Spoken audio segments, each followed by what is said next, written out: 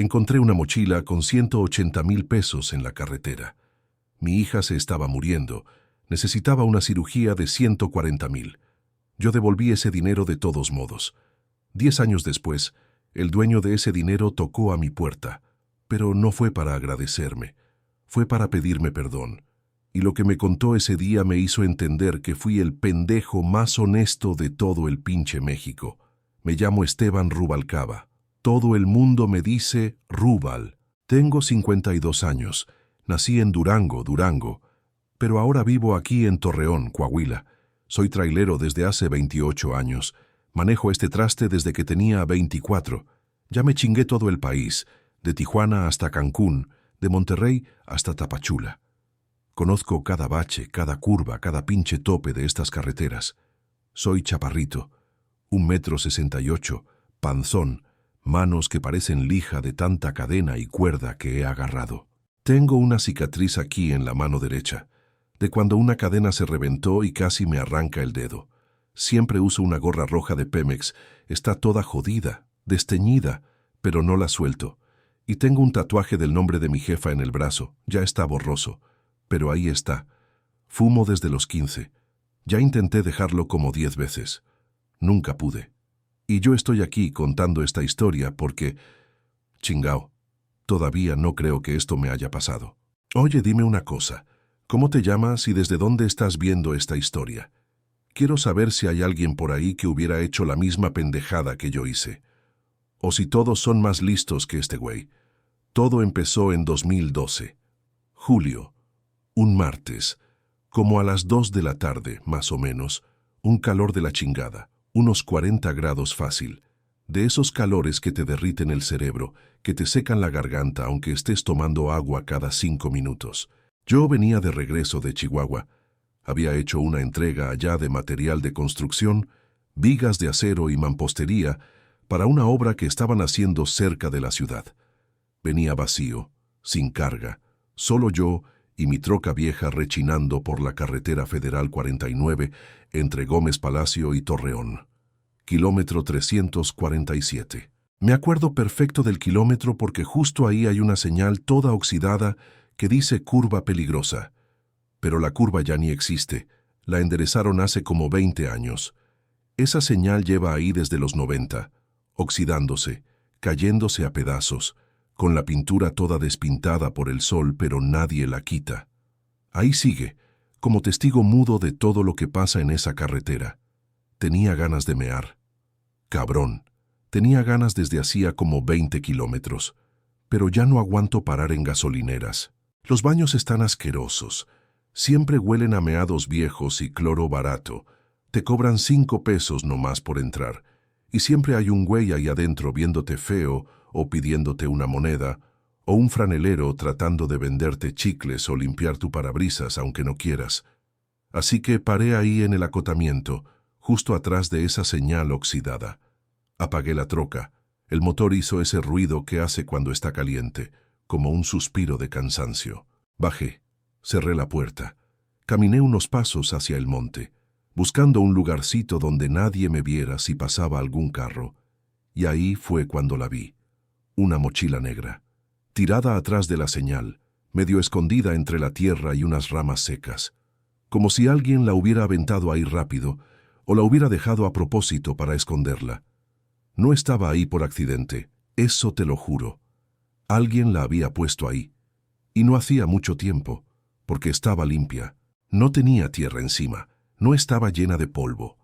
Se notaba que era nueva, de esas mochilas caras que venden en Liverpool o en Palacio de Hierro, con cierres de metal que brillaban con el sol. Primero pensé, a lo mejor tiene ropa o herramientas o quién sabe qué madres. Ya sabes, uno siempre encuentra cosas tiradas en la carretera, botellas de refresco, llantas ponchadas, bolsas de basura, ropa interior usada, zapatos viejos, hasta animales muertos a veces. Pero algo me dio curiosidad. Esa mochila se veía cara, pesada. Entonces me agaché, la agarré por una de las correas y la levanté. Pesaba un chingo, como si tuviera piedras adentro, o herramientas, o algo macizo. La abrí. Y ahí fue cuando se me secó la boca. Se me olvidó que tenía ganas de mear, se me olvidó hasta cómo me llamaba. fajos de billetes, puro billete de 500 pesos, amarrados con ligas rojas, bien apretadas. Como 15 fajos, todos ordenaditos, todos parejos, todos nuevecitos. Olían a banco, a dinero recién sacado del cajero, a billetes que nadie ha doblado ni arrugado todavía. Mi mano empezó a temblar. Metí la mano y saqué uno de los fajos. Lo revisé. Conté rápido. 10,000 pesos por fajo. 20 billetes de 500. Puse uno de los billetes contra el sol para ver si era falso, para ver la marca de agua, esas madres que tienen los billetes verdaderos. Era real. No era impreso en una pinche impresora casera. Era dinero de verdad. Un chingo de dinero. Volteé para todos lados, como ratero. La carretera estaba vacía, no había nadie, ni un carro, ni un alma.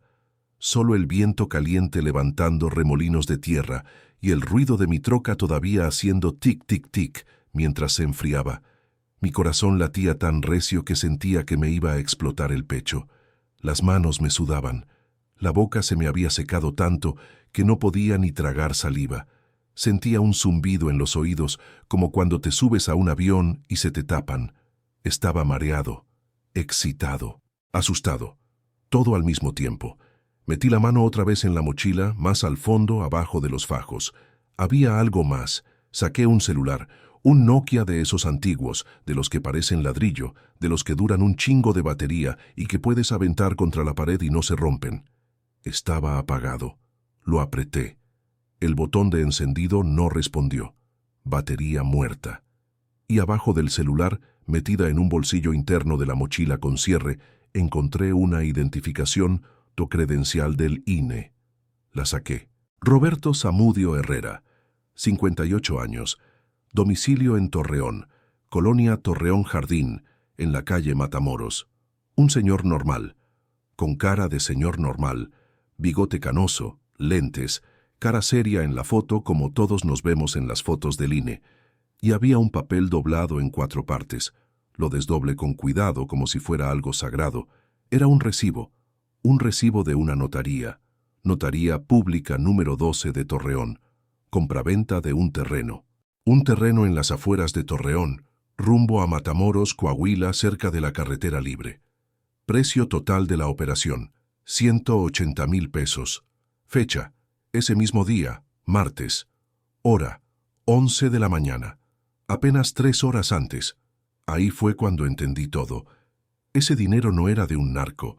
No era dinero sucio de droga, de secuestro, de extorsión, de ninguna de esas madres que uno piensa cuando encuentra dinero tirado. Era el dinero de un señor normal, un güey que acababa de vender o comprar un terreno. Era su patrimonio, su vida, el dinero que a lo mejor llevaba años juntando, el terreno que a lo mejor iba a dejarle a sus hijos cuando se muriera, y ese pendejo lo había perdido. Se le cayó, o alguien se lo robó y lo aventó ahí. ¿Quién sabe? Pero ese dinero tenía dueño, y ese dueño tenía nombre, tenía cara, tenía una dirección. Roberto Zamudio Herrera. Cerré la mochila rápido, como si me quemara las manos. La abracé contra mi pecho. Y me quedé ahí parado como un pendejo congelado, viendo la carretera vacía, sintiendo el sol quemándome la nuca y las orejas, sintiendo cómo me escurría el sudor por la espalda, pensando una y otra vez la misma pregunta. ¿Qué chingados hago con esto? Porque en ese momento, cabrón, en ese preciso momento de mi vida, yo necesitaba ese dinero más que el aire, más que comer, más que dormir, más que cualquier otra cosa en este pinche mundo. Mi hija, Berenice, 9 años, mi niña chiquita. La luz de mis ojos, la única razón por la que yo me levanto cada día a las 4 de la mañana, cuando todavía está oscuro y frío.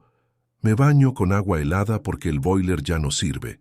Me tomo un café aguado y me subo a esa troca culera que se calienta como horno en verano y se congela como refrigerador en invierno.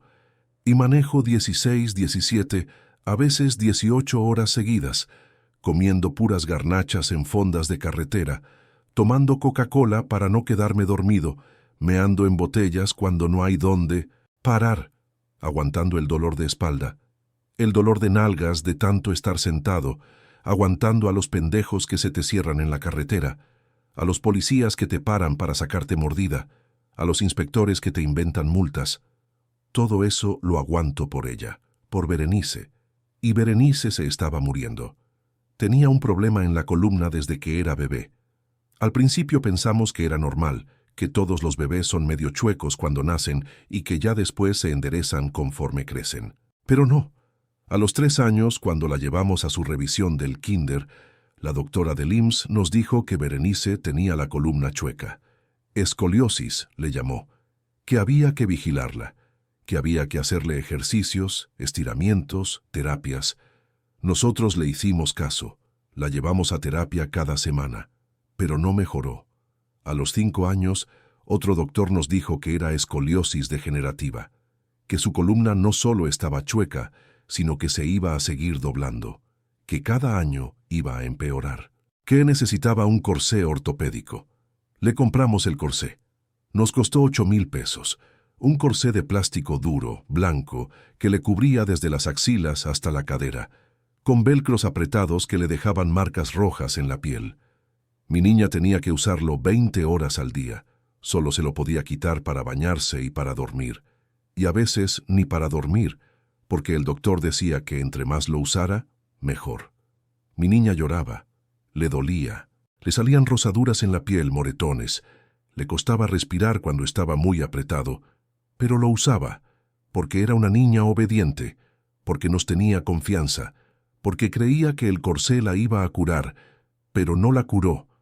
A los 7 años, cuando la llevamos a revisión, el doctor midió el ángulo de su columna con una radiografía. 18 grados de curvatura, dijo. Más que el año pasado. A los 8 años, 23 grados. Berenice ya no podía caminar derecho, cojeaba, se cansaba rápido, ya no podía jugar con sus amiguitas en el recreo. Se quedaba sentada en una banca, viéndolas correr. Lloraba por las noches de dolor. Le dolía la espalda, el cuello, las costillas. Lucía le daba tempra, le sobaba, le ponía pomadas, pero nada le quitaba el dolor. Y a los 9 años, en enero de 2012, 6 meses antes de ese día en que encontré la mochila, un doctor nuevo del IMSS nos llamó a su consultorio, nos sentó, nos enseñó las radiografías y nos dijo la verdad que nadie nos había querido decir antes. Nos dijo que Berenice ya tenía 32 grados de curvatura en la columna, que el corsé ya no estaba sirviendo de nada, que su columna se estaba doblando tan rápido que en 6 meses, máximo 1 año, iba a llegar a los 50 grados. Y cuando llegara a 50 grados, su columna iba a estar tan chueca que le iba a empezar a aplastar los pulmones, que mi niña no iba a poder respirar bien, que se iba a ahogar, que se iba a morir. Le pregunté al doctor con la voz quebrada, casi llorando ahí enfrente de él, ¿y usted la puede operar? Me miró con lástima, con esa mirada que te dan los doctores cuando saben que estás jodido, y me dijo, no. El IMSS no cubre esta cirugía. La consideramos estética, no de urgencia vital. Le dije, ¿estética? Mi hija se va a morir. Y él me dijo, lo sé, pero así están las reglas. Hay lista de espera para cirugías de columna, y la lista es de 2 años. Le dije, casi gritando, doctor, mi hija no tiene 2 años. Usted acaba de decirme que tiene 6 meses. Y él nomás movió la cabeza, bajó la mirada y me dijo, entonces búsquese un hospital privado.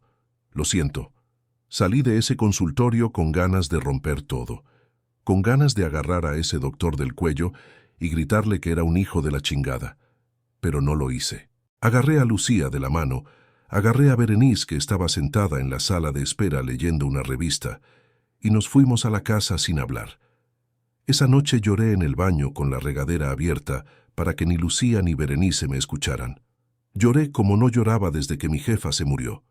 A la semana siguiente empecé a buscar hospitales privados. Fui a 3. El Hospital Ángeles de Torreón, el Hospital Español y una clínica especializada en cirugías de columna que está en Saltillo. Los 3 me dijeron lo mismo. Cirugía de columna con tornillos de titanio para enderezar la curvatura. Anestesia general. 5 días de hospital. Recuperación de 3 meses.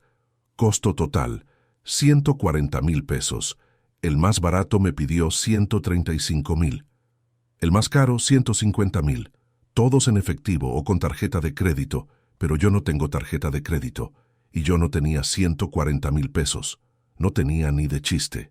Mi esposa, Lucía, trabajaba limpiando casas en una colonia fresa de Torreón, ahí por donde vive la gente con dinero. Casas grandes con jardín y alberca. Le pagaban 3,000 pesos al mes. A veces sacaba 4,000 si conseguía limpiarle a más gente o si le daban propina en diciembre. Yo ganaba 8,000 pesos como trailero, trabajando para una empresa de transportes que se llama Transportes del Norte. A veces sacaba 9,000 si me tocaba hacer viajes largos o si me daban bono por buen desempeño. Entre los dos juntábamos 11,000 pesos al mes. 11,000 pesos. De ahí pagábamos renta de la casa, 4,000 pesos. Pagábamos luz, 200 pesos. Agua, 100 pesos. Gas, 300 pesos. Comida, 2,500 pesos si le rascábamos bien y comprábamos en el mercado. La escuela de Berenice, 500 pesos de cooperación. El corsé nuevo cada 6 meses porque la niña crecía, 3,000 pesos. Las medicinas para el dolor, 500 pesos al mes. Las consultas con el ortopedista cada mes, 700 pesos. Y así se iba todo. No sobraba nada, absolutamente nada. En 4 años, desde que supimos que Berenice necesitaba cirugía, habíamos juntado 31,000 pesos. Los teníamos guardados en una caja de lámina de galletas danesas, de esas azules, debajo de nuestra cama. Era nuestro fondo de emergencia. Pero tuvimos que gastar parte en consultas privadas porque el IMSS te da cita hasta 3 meses después, y no podíamos esperar tanto. Gastamos en estudios que el IMSS no cubría, en radiografías especiales, en una resonancia magnética que nos costó 6,000 pesos. Gastamos en medicinas que el doctor recetaba y que no había en el IMSS. Y cuando quisimos ver, cuando abrimos la caja para contar, solo nos quedaban 22,000 pesos. Y yo, desesperado, sin saber qué más hacer, fui con un agiotista. Un cabrón que vive en mi colonia que todo el mundo sabe que presta dinero, pero te cobra el triple. Me dio miedo ir con él, pero no tenía de otra. Le pedí 15,000 pesos. Me preguntó para qué los quería. Le conté de Berenice. Me miró, pensó un rato y me dijo, «Te los presto, pero me pagas 2,500 al mes, solo de intereses, y cuando puedas me pagas todo junto». Le dije que sí. Firmé un papel. Me dio los 15,000 en efectivo, y desde entonces, cada mes, le pago 2,500 pesos. Solo de intereses, cabrón. Ni siquiera estoy bajando la deuda. La deuda sigue siendo de 15,000, y va a seguir siendo de 15,000 hasta que consiga pagar todo de jalón. Y eso no va a pasar nunca. Con esos 15,000 que me prestó el agiotista, más los 22,000 que teníamos ahorrados, juntamos 37,000 pesos. Nos faltaban 103,000 pesos. 103,000 pesos que no teníamos, que no íbamos a tener. Ya le había pedido adelanto de sueldo a mi patrón. Ya le había pedido prestado a mi cuñado, que me dio 3,000 y me dijo que no tenía más. Ya habíamos vendido el boiler de la casa y ahora nos bañamos con agua fría. Ya habíamos vendido la tele. Ya habíamos vendido hasta los anillos de boda de Lucía, que los empeñó por 1,500 pesos y nunca los pudimos sacar. Y aún así no llegábamos ni a la mitad de lo que necesitábamos. Y ahí estaba yo, parado en el acotamiento de esa carretera, con una mochila negra en mis manos, con 180,000 pesos adentro, dinero suficiente para salvar a mi hija, para pagar la cirugía completa y que le sobrara, para pagarle al pinche agiotista y que dejara de estar chingándome cada mes, para respirar, para dormir sin pesadillas, para dejar de llorar escondido en el baño, para ver a Berenice crecer, para verla graduarse de la secundaria, de la prepa, de la universidad, para caminar con ella el día de su boda. Para todo eso, ese dinero era la salvación. Era un milagro. Era la respuesta a todas mis oraciones. Pero ese dinero no era mío. Guardé la mochila debajo del asiento del copiloto de mi troca. La tapé con una chamarra vieja que siempre traigo ahí. Una chamarra de mezclilla toda desgastada que uso cuando hace frío en la madrugada. Cerré la puerta del copiloto. Subí del otro lado. Me senté en el asiento del conductor, cerré la puerta, prendí el motor y me quedé ahí sentado con las manos agarradas al volante, viendo la carretera que se estiraba kilómetros y kilómetros hacia adelante, sintiendo cómo me chorreaba el sudor por la cara, por el cuello, por la espalda. Arranqué. Metí primera, metí segunda, metí tercera y empecé a manejar. Manejé 40 kilómetros en silencio absoluto, sin prender la radio, sin poner música, sin abrir la ventana, sin nada. Solo yo, el ruido del motor haciendo ese ruido ronco de siempre, el viento de afuera empujando la troca, y esa mochila ahí abajo, a mi lado, quemándome como si fuera lava. No podía dejar de pensar. Mi cabeza era un pinche caos. 180,000 pesos. Nadie me vio. Nadie sabe que la encontré. Puedo quedarme con el dinero. Puedo salvar a Berenice. Puedo... Pero cada vez que pensaba eso, cada vez que me convencía de que era lo correcto, me acordaba de la credencial. De la cara de ese güey en la foto. Roberto Zamudio Herrera, 58 años. Un señor con bigote y lentes. Un señor que se veía cansado en la foto. Como yo. Un señor normal. Como yo. Que a lo mejor también tiene hijos. Que a lo mejor también está jodido. Que perdió el dinero de su terreno, su patrimonio, su futuro. Y ese güey debe estar volviéndose loco ahorita, buscando esa mochila, llorando, rogándole a Dios que aparezca. Llegué a una gasolinera, una Pemex vieja casi abandonada, de esas que están a mitad de la nada y que ya casi no vende gasolina porque todos prefieren parar en las que están en la ciudad. Solo había un carro estacionado, un Tsuru viejo y abollado, y una señora con mandil barriendo la entrada con una escoba de vara. Me estacioné hasta el fondo del estacionamiento, lejos de la señora, lejos del Tsuru, donde nadie pudiera verme bien. Apagué la troca. El motor suspiró. Bajé. Abrí la puerta del copiloto. Saqué la mochila. La puse en el asiento. La abrí otra vez. Y volví a contar el dinero, fajo por fajo, despacio, 1, 2, 3, 4, hasta 15 fajos. Los conté una vez. Los volví a contar. Los conté una tercera vez porque siempre cuento 3 veces. Es una manía que tengo desde que era niño y mi papá me enseñó a contar dinero. Si no cuentas 3 veces, te van a ver la cara, me decía. 180,000 pesos, exactos. Todo en billetes de 500, nuevecitos, realísimos. Saqué mi celular del bolsillo de mi pantalón. Un celular viejo, un Nokia del año del caldo, pero que todavía servía. Busqué el número de Lucía en mis contactos. Le marqué. Mi mano temblaba tanto que casi se me cae el teléfono. El teléfono empezó a sonar. 1 vez. 2 veces. Al tercer tono, ella contestó. «Bueno, mi amor», me dijo con esa voz suave que tiene, esa voz que me calma cuando estoy enojado, que me hace sentir en casa aunque esté a 300 kilómetros de distancia. «¿Ya vienes?» Y yo me quedé callado, completamente callado. Quería hablar, quería decirle, «Lucía, encontré dinero, 180,000 pesos. Podemos salvar a Berenice». Pero no me salían las palabras.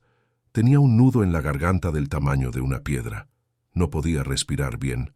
Ella volvió a preguntar ya con un tono preocupado. «¿Rubal? ¿Estás bien? ¿Pasó algo?» Y yo colgué. Colgué sin decir nada, sin explicarle nada. Aventé el celular en el asiento. Saqué mi cajetilla de cigarros del bolsillo de la camisa. Delicados, sin filtro, de los más baratos. Saqué uno. Lo prendí con mi encendedor viejo que ya casi no prende. Le di una fumada. 2 fumadas. 3 fumadas. Y lo aventé. Todavía estaba prendido, pero ya no lo quería. Saqué otro cigarro. Lo prendí. Fumé. Lo aventé a medio fumar. Saqué otro. Y otro.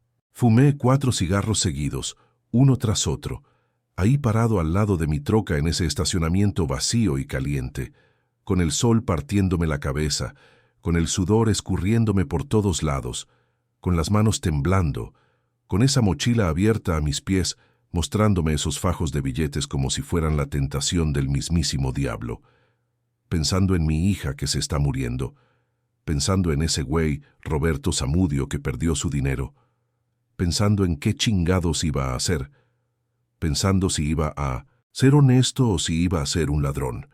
Pero espérate tantito, antes de contarte qué fue lo que hice con ese dinero, tengo que contarte toda la historia desde el principio, porque si no entiendes lo que estaba pasando en mi vida en ese momento, no vas a entender por qué esa decisión fue la más difícil que he tomado en mis 52 años de existencia.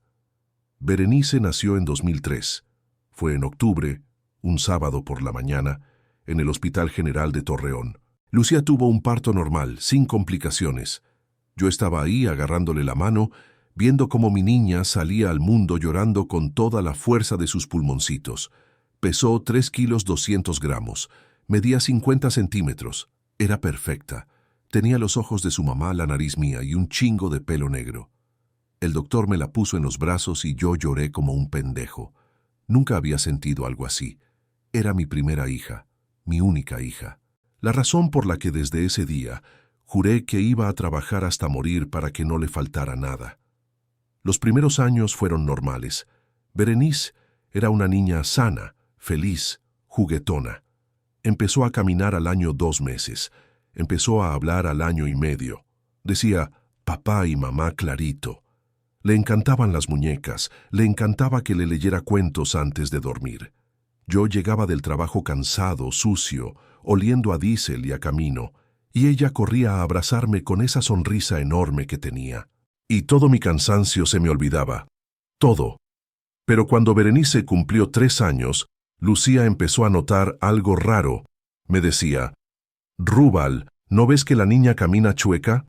Yo le decía, todos los niños caminan medio chueco, ya se le va a quitar. Pero Lucía insistía. Decía que un hombro se le veía más alto que el otro, que cuando la vestía la ropa le quedaba dispareja, que cuando estaba parada derecha, su caderita izquierda sobresalía más que la derecha. Yo no le hacía mucho caso, la verdad. Pensaba que eran cosas de mamás primerizas, ya sabes, que se preocupan por todo. Pero en la revisión del kinder, cuando Berenice tenía 3 años y medio, la doctora del IMSS la revisó y le dijo a Lucía, su niña tiene escoliosis. Lucía llegó a la casa llorando. Me contó. Yo ni siquiera sabía qué chingados era escoliosis. La doctora le había explicado que era una curvatura anormal de la columna vertebral, que hay niños que nacen con eso, que había que vigilarla, hacerle ejercicios, llevarla a terapia física. Nos dio una hoja con ejercicios dibujados, estiramientos que teníamos que hacerle cada día. Empezamos a hacerle los ejercicios. Lucía era bien disciplinada con eso. Cada mañana, antes de llevarla al kinder, le hacía estiramientos. Cada noche, antes de dormir, otros estiramientos. Berenice se quejaba. Decía que le dolía, pero Lucía le explicaba que era para que creciera fuerte y derecha. Y yo, cuando estaba en la casa, también le ayudaba. La acostaba en el piso, le estiraba las piernitas, le doblaba la columna despacito, como decían las instrucciones. Pero no funcionó. A los 5 años, en otra revisión, el doctor del IMSS midió la curvatura con una radiografía. Dijo que ya tenía 12 grados, que 12 grados era mucho para una niña de 5 años, que necesitaba terapia física profesional, no solo ejercicios en la casa. Nos mandó con un fisioterapeuta. Empezamos a llevar a Berenice 2 veces por semana. Cada sesión costaba 200 pesos, 400 pesos a la semana. 1,600 al mes. Era un chingo de dinero para nosotros, pero lo pagábamos. Dejábamos de comprar cosas, comíamos más frijoles y menos carne, pero lo pagábamos. La terapia tampoco funcionó. A los 6 años, Berenice ya tenía 15 grados de curvatura. El fisioterapeuta nos dijo, ya no puedo hacer más. Necesitan ver a un ortopedista especializado en columna. Fuimos con el ortopedista. Un doctor mamón que nos atendió de mala gana, que ni siquiera volteó a vernos a los ojos mientras hablaba. Revisó las radiografías de Berenice y dijo, necesita corsé, urgente. Le pregunté cuánto costaba el corsé. Me dijo, 8,000 pesos, y lo tiene que cambiar cada 6 meses porque va a crecer. 8,000 pesos. Yo no tenía 8,000 pesos, pero los conseguí. Pedí prestado a mi cuñado, empeñé mi reloj, pedí un adelanto de sueldo. y le compramos el corsé. Cuando le pusieron el corsé a Berenice, ella lloró. Era un aparato horrible, de plástico duro y blanco, que le cubría todo el torso.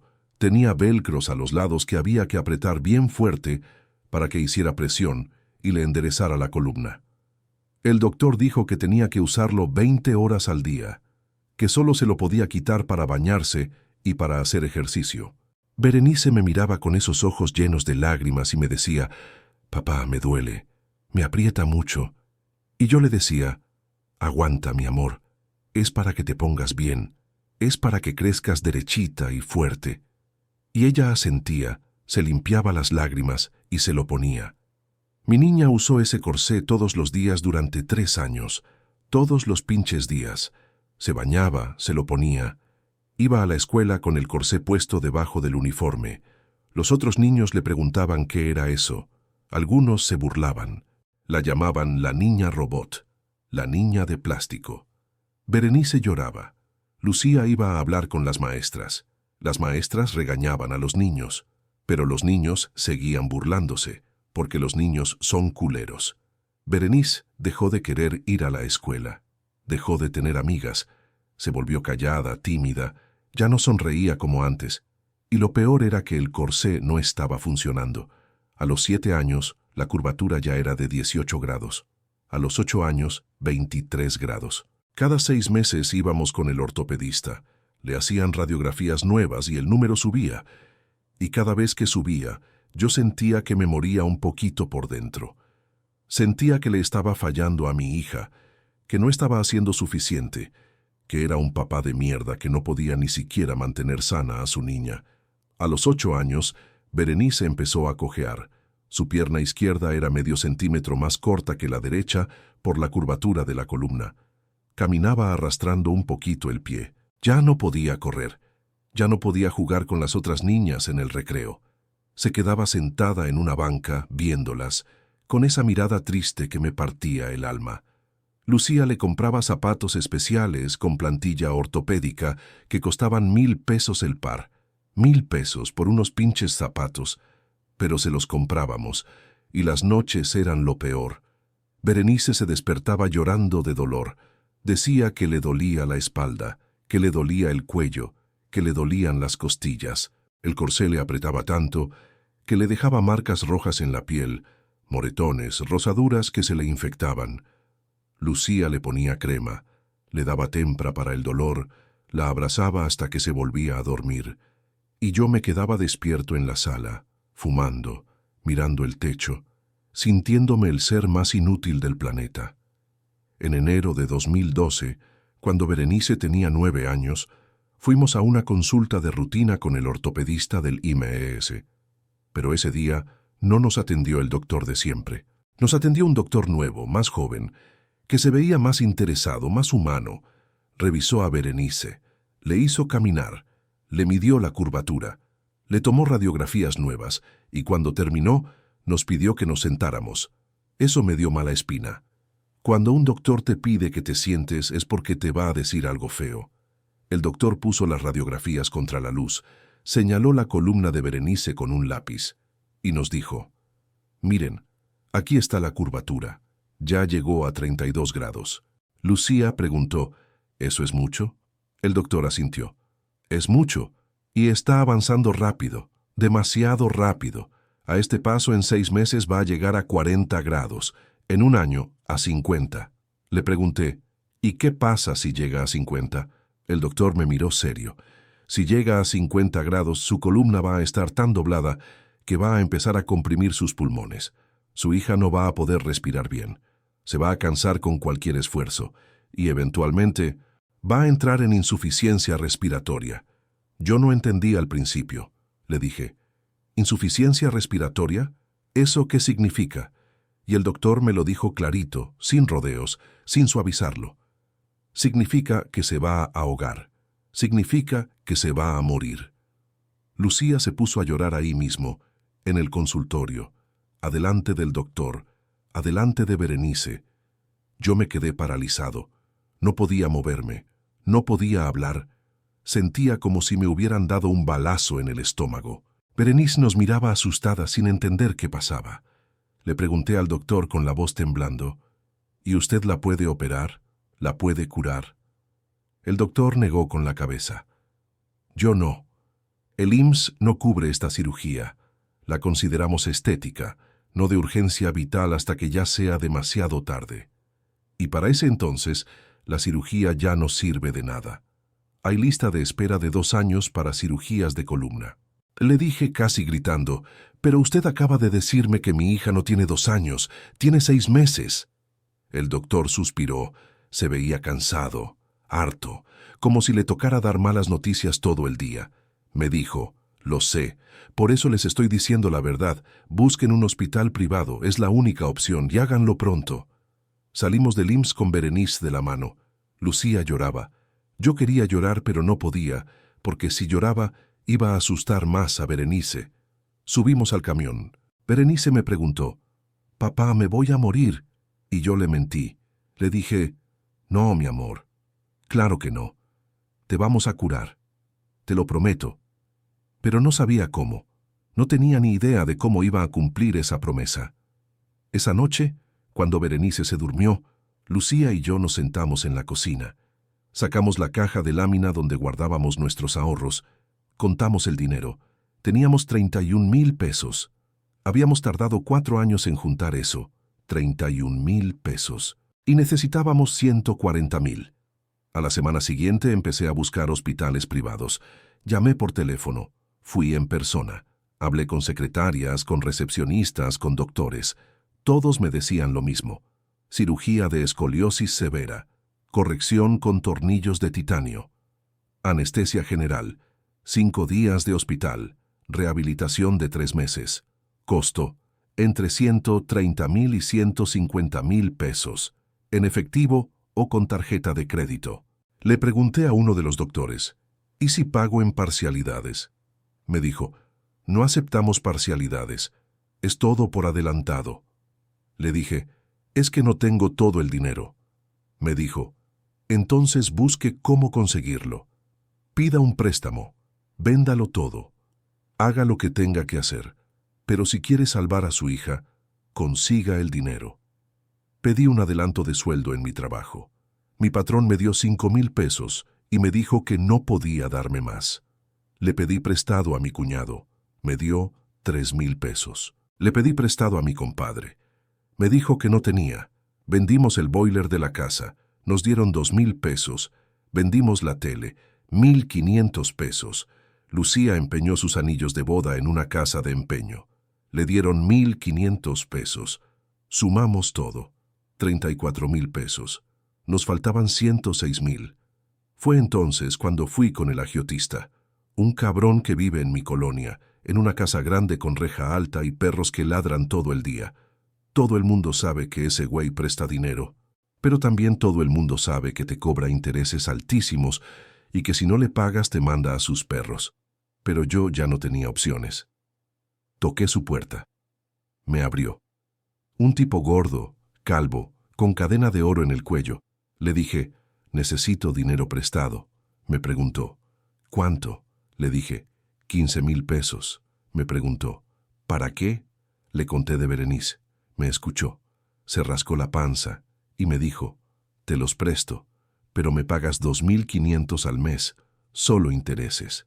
Y cuando puedas me pagas todo de golpe. Acepté. ¿Qué más iba a hacer? Firmé un papel. Me dio 15,000 pesos en efectivo, en billetes arrugados y viejos. Los guardé. Sumé todo lo que teníamos. 37,000 pesos. Nos faltaban 103,000 pesos. 103,000 pesos que no teníamos, que no íbamos a tener. No en 6 meses, no en un año, quizás nunca.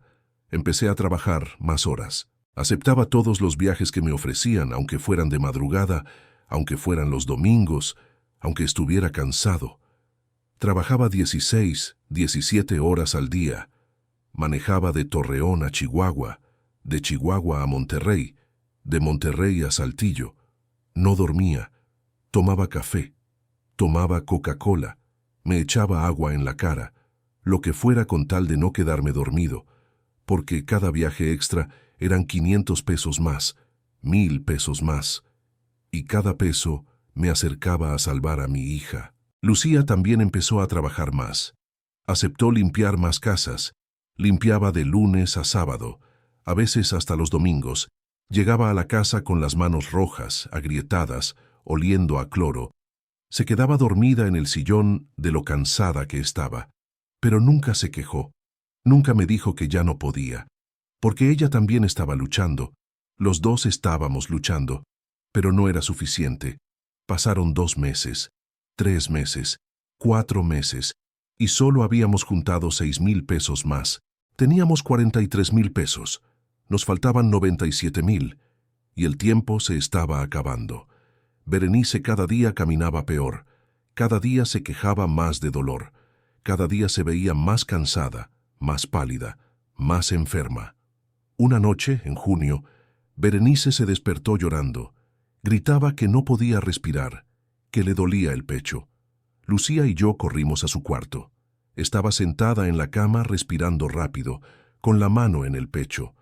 Lucía le quitó el corsé rápido. Berenice respiró hondo. Le pasó, pero yo supe en ese momento que el tiempo se había acabado, que si no hacíamos algo ya, mi niña se iba a morir. Al día siguiente, manejando de regreso de una entrega en Chihuahua, me puse a llorar. Lloré manejando. Lloré como no había llorado desde que era niño. Grité. Le grité a Dios, le dije, ¿por qué? ¿Por qué a mi niña? ¿Qué chingados hice para que me castigues así? Pero Dios no me contestó. Dios nunca contesta. Y fue un mes después, un martes de julio, cuando encontré esa mochila. 180,000 pesos. Ahí, en mis manos. La solución a todos mis problemas. El milagro que había estado rogando. La respuesta a mis oraciones. Y lo único que tenía que hacer era quedarme callado. No decir nada. Guardar el dinero. Y dejar que ese güey, Roberto Zamudio, se jodiera. Pero ese dinero no era mío, y yo lo sabía. Estuve ahí parado en ese estacionamiento de la Pemex abandonada, fumando como chimenea durante no sé cuánto tiempo. Media hora, 1 hora, no sé. Fumé toda la cajetilla de cigarros, 20 cigarros. Me ardía la garganta, me dolía el pecho, pero no me importaba. Solo pensaba. Pensaba en Berenice, pensaba en Roberto, pensaba en qué chingados iban a hacer. Agarré el Nokia que estaba en la mochila. Lo intenté prender de nuevo. Esta vez prendió. Tenía 12% de batería. La pantalla se iluminó. Había 47 llamadas perdidas, todas del mismo día. Oficina, Notario Pérez, casa, mi amor. Vi la última llamada perdida. Era de un número guardado como mi amor. La esposa, pensé. La esposa de Roberto. Le di al botón verde para devolver la llamada. El teléfono empezó a marcar. Sonó 1 vez, 2 veces. Al tercer tono, una voz de mujer contestó. Sonaba desesperada, llorosa. ¿Roberto? ¿Roberto eres tú? ¿Dónde estás? Yo me quedé callado un segundo. Luego dije, no soy Roberto, señora. Encontré su teléfono. La señora gritó, ¿se encontraste su teléfono? ¿Y él? ¿Dónde está él? ¿Está bien? Le dije, no sé dónde está él, señora. Solo encontré su teléfono y su mochila. Se quedó callada. Luego preguntó, con la voz temblando, ¿la mochila? ¿La mochila negra? Le dije, sí, señora. Escuché cómo se ponía a llorar del otro lado. Ay, Dios mío, gracias, Dios mío. ¿Está ahí? ¿Está todo ahí? Le dije, sí, señora, está todo. Me dio el número de Roberto. Colgué. Marqué el número. Roberto contestó al primer tono. Bueno, su voz sonaba ronca, desesperada, como si hubiera estado gritando. Le dije, ¿señor Roberto Zamudio? Dijo, sí, soy yo. ¿Quién habla? Le dije, encontré su mochila en la carretera, señor, la que tiene su dinero y sus documentos. Roberto se puso a llorar. Un hombre de 58 años, llorando como niño por el teléfono. Me dijo, ¿está todo? ¿Está el dinero? Le dije, sí, señor, está todo. 180,000 pesos, su celular, sus documentos, todo. Y él me dijo algo que nunca voy a olvidar. Me dijo, por favor, no te lo quedes. Ese dinero es lo único que tengo. Es para el terreno de mis hijos. Si no lo pago hoy, Pierdo el enganche de 40,000 que ya di. Por favor. Y ahí fue cuando supe con certeza absoluta que ese güey estaba igual que yo. Jodido, desesperado, luchando por su familia, y que yo no podía robarle. Aunque eso significara que mi hija se muriera, respiré hondo. Le dije a Roberto: estoy en el kilómetro 347 de la carretera 49, en una Pemex vieja que está del lado derecho viniendo de Chihuahua. ¿Sabe cuál es? Roberto dijo: sí, sí la conozco. Voy para allá ahorita mismo. No te muevas. Por favor, no te muevas de ahí, le dije. Aquí lo espero. Colgué. Me senté en el escalón de mi troca. Prendí otro cigarro. Ya no tenía más en la cajetilla, así que tuve que comprar otra en la tienda de la gasolinera. Le pedí a la señora que barría una cajetilla de Delicados. Me cobró 30 pesos. Los pagué. Volví a mi troca. Me senté y esperé. No dejaba de pensar. Todavía puedo irme. Todavía puedo arrancar esta troca, largarme con el dinero, y nadie me va a encontrar. Puedo ir directo al hospital, pagar la cirugía, salvar a Berenice. Pero cada vez que pensaba eso, me acordaba de la voz de Roberto llorando por teléfono, de su esposa gritando: ¿está todo ahí?, con esa desesperación. Y no podía hacerlo. Porque si yo le robaba a ese güey, me iba a convertir en lo que siempre he odiado, en un ladrón, en un hijo de la chingada que se aprovecha de la desgracia ajena. ¿Y cómo iba a ver a Berenice a los ojos después de eso? ¿Cómo iba a decirle: te salvé, mi amor, pero para salvarte tuve que robarle a un señor que también estaba jodido? No podía. Mi papá me enseñó algo cuando yo era niño. Me dijo: Rúbal, puedes ser pobre toda tu vida. Puedes no tener ni para comer. Pero nunca seas un ladrón, porque lo único que un hombre tiene es su palabra y su honra, y si pierdes eso ya valiste madre para siempre. Mi papá era trailero también. Manejó hasta los 65 años, hasta que un infarto se lo llevó en plena carretera. Murió en su troca haciendo lo que amaba. Y siempre fue un hombre honesto, nunca robó, nunca le quedó mal a nadie. Y yo siempre quise ser como él. Pasaron 40 minutos. 40 minutos que se sintieron como 40 años. Yo ahí sentado, fumando, sudando, mirando la carretera, esperando a que apareciera Roberto. Y de repente vi una camioneta blanca, una Ram vieja, acercándose rápido por la carretera. La camioneta frenó de golpe en el estacionamiento. Derrapó. Levantó tierra. De ahí bajó un señor. Roberto Zamudio. Se veía exactamente como en su credencial. 58 años, bigote canoso, lentes, flaco, con camisa de botones y pantalón de vestir todo arrugado. Venía sudando. Se veía descompuesto, como si hubiera llorado todo el camino. Me levanté. Agarré la mochila. Roberto corrió hacia mí. Me abrazó fuerte, como si fuéramos familia, y me dijo, llorando en mi hombro: gracias, hermano, gracias. No sabes lo que hiciste por mí. Yo no sabía qué decir. Solo le di palmadas en la espalda. Le dije: está bien, señor, está bien. Roberto se separó. Se limpió las lágrimas con el dorso de la mano. Le di la mochila. La abrió ahí mismo, temblando. Sacó los fajos de dinero. Los contó, uno por uno, despacio, verificando. Yo me quedé ahí parado viéndolo contar. Cuando terminó me miró. Me dijo: está todo, no falta nada. Le dije que estaba todo, señor. Él asintió. Guardó el dinero. Sacó su celular, lo revisó. Sacó su credencial, la revisó. Todo estaba. Roberto cerró la mochila, la abrazó contra su pecho y me dijo: hermano, yo te voy a dar una recompensa. ¿Cuánto quieres? ¿10,000? ¿20,000? Yo negué con la cabeza. Le dije: no quiero nada, señor. Solo hice lo correcto. Roberto insistió: no. Tú me salvaste. Ese dinero... Hermano, ese dinero es para pagar un terreno que compré. Es lo único que voy a dejarles a mis hijos cuando me muera. Si no lo pagaba hoy, perdía el enganche de 40,000 pesos que ya había dado. 40,000 pesos que me costó 5 años juntar. Tú me salvaste la vida. Déjame darte algo.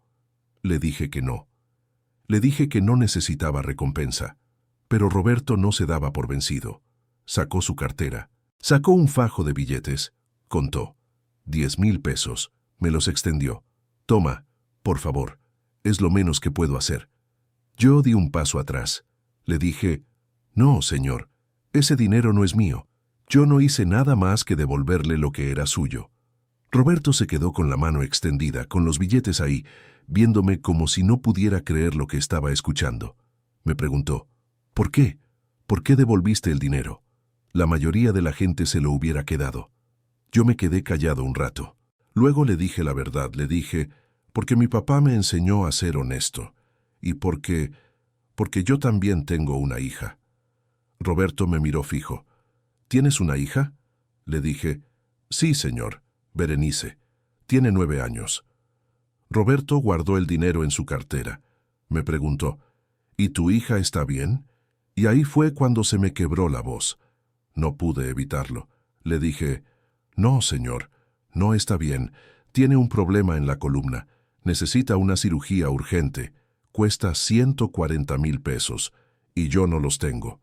Me salieron las palabras así sin pensarlas, como si necesitara decírselo a alguien, como si necesitara sacar todo lo que traía atorado. Roberto se quedó parado ahí, callado, viéndome. Luego me preguntó despacio, ¿cuánto traía la mochila? Le dije, 180,000 pesos, señor. Me preguntó, ¿y tú necesitas 140,000? Le dije, sí, señor. Se quedó callado otra vez. Luego me dijo algo que nunca voy a olvidar. Me dijo, tú necesitabas ese dinero más que yo. Tú necesitabas salvar a tu hija, y aún así me lo devolviste. Yo asentí. Me temblaba el mentón. Estaba a punto de ponerme a llorar ahí enfrente de él. Roberto me puso una mano en el hombro. Me dijo, eres un hombre de honor, hermano. De verdad, hay muy pocos como tú. Le dije, mi hija no necesita dinero robado, señor. Necesita un papá honesto. Roberto asintió. Se limpió los ojos otra vez. Me dio su número de teléfono. Me dijo, dame tu teléfono. Voy a ayudarte. Te lo juro. Apenas resuelva lo del terreno, te voy a ayudar con tu niña. Yo le di mi número, pero no le creí. No del todo, porque la gente siempre dice eso. Te voy a ayudar, te voy a llamar, cuenta conmigo. Y luego nunca lo hacen. Roberto se subió a su camioneta. Antes de arrancar bajó la ventana y me gritó, «No te voy a fallar, hermano, te lo juro». Arrancó. Se fue. Lo vi alejarse por la carretera hasta que su camioneta se hizo un puntito y desapareció. Me quedé ahí parado en ese estacionamiento vacío, viendo cómo se levantaba el polvo que había dejado su camioneta, y me sentí vacío y estúpido. Subí a mi troca, prendí el motor y manejé de regreso a Torreón. Todo el camino lloré y lloré. Lloraba tan fuerte que casi me salgo de la carretera 2 veces, porque acababa de dejar ir la única oportunidad que tenía de salvar a mi hija. Acababa de tener 180,000 pesos en mis manos, y los devolví, como un pendejo, como el pendejo más grande del mundo. Llegué a mi casa como a las 8 de la noche. Estacioné la troca afuera. Me quedé sentado adentro un rato, secándome la cara, tratando de componerme.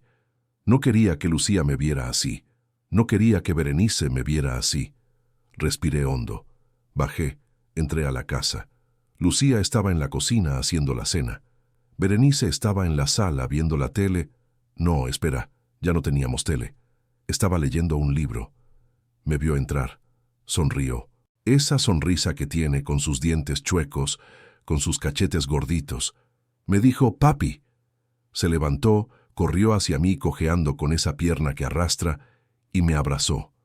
La abracé fuerte, tan fuerte que ella dijo, «Papi, me estás apretando mucho». La solté. Le di un beso en la frente. Le dije, «Perdón, mi amor, es que te extrañé mucho». Lucía salió de la cocina secándose las manos con un trapo. Me vio la cara. Me conoce desde que teníamos 17 años. Sabe cuando algo me pasa. Me preguntó, «¿Estás bien?» Le dije, Sí, mi amor, estoy bien, solo cansado. Ella no me creyó, pero no insistió. Me dijo, ándale, ve a bañarte, ya casi está la cena. Me metí al baño. Abrí la regadera. El agua salió helada porque ya no teníamos boiler. Me bañé con agua fría. Me tallé fuerte como si quisiera quitarme algo de encima.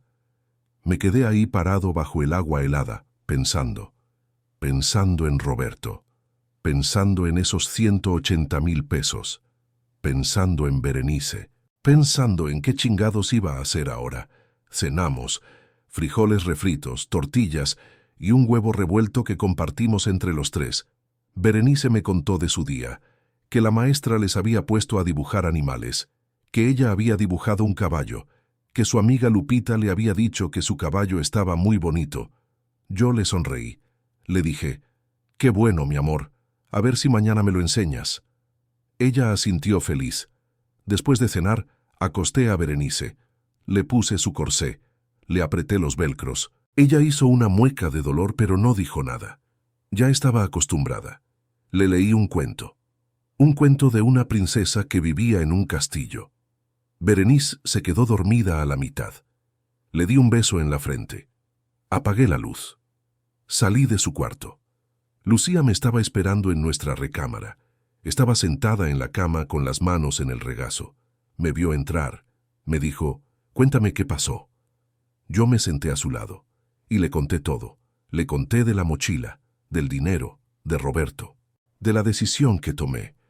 Cuando terminé, Lucía estaba llorando. Me abrazó, me dijo, «¿Hiciste lo correcto?» Le dije, «Sí. ¿De verdad crees que hice lo correcto? Nuestra hija se está muriendo, Lucía, y yo tuve el dinero para salvarla en mis manos y lo devolví». Lucía me agarró la cara con las dos manos. Me obligó a verla a los ojos. Me dijo, «Berenice necesita que su papá sea un hombre de honor, no un ladrón. Hiciste bien». Pero yo no estaba tan seguro. Esa noche no pude dormir. Me quedé despierto hasta las 5 de la mañana, viendo el techo, escuchando cómo Lucía respiraba a mi lado, escuchando cómo Berenice tosía en su cuarto, y pensaba, ¿hice bien? ¿De verdad hice bien? Los días pasaron. 1 semana, 2 semanas, 3 semanas. Roberto nunca llamó. Yo checaba mi celular cada 5 minutos. Nada, ni una llamada, ni un mensaje, nada. Y yo empecé a pensar, me mintió, me dijo que me iba a ayudar, y me mintió, como todos. Seguí trabajando, seguí manejando, seguí juntando dinero peso por peso, pero no era suficiente. Nunca iba a ser suficiente. En un mes juntamos 2,000 pesos más. Teníamos 45,000 pesos, nos faltaban 95,000. Y Berenice cada día estaba peor. Un mes después de haber encontrado la mochila, un miércoles en la noche, Berenice se despertó gritando. Gritaba que no podía respirar, que se ahogaba. Corrimos a su cuarto. Estaba sentada en la cama, con la cara roja, respirando rápido, con las manos en el pecho. Lucía le quitó el corsé. Berenice respiró hondo. Le costaba. Hacía un ruido raro cuando respiraba, como un silbido. Lucía me miró aterrada. Me dijo, «Rubal, ya no aguanta más, ya no». La llevamos al IMSS de urgencias. Nos atendió un doctor de guardia. Le hizo una placa. Nos llamó aparte, nos dijo, «La curvatura ya llegó a 38 grados, está comprimiendo el pulmón izquierdo, tiene que operarse ya, no puede esperar más».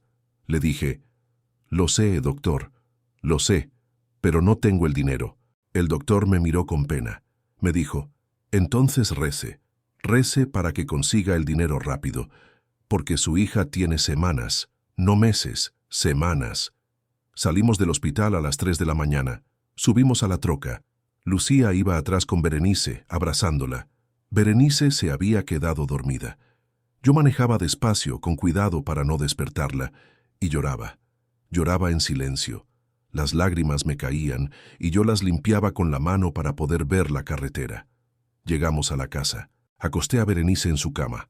No le puse el corsé.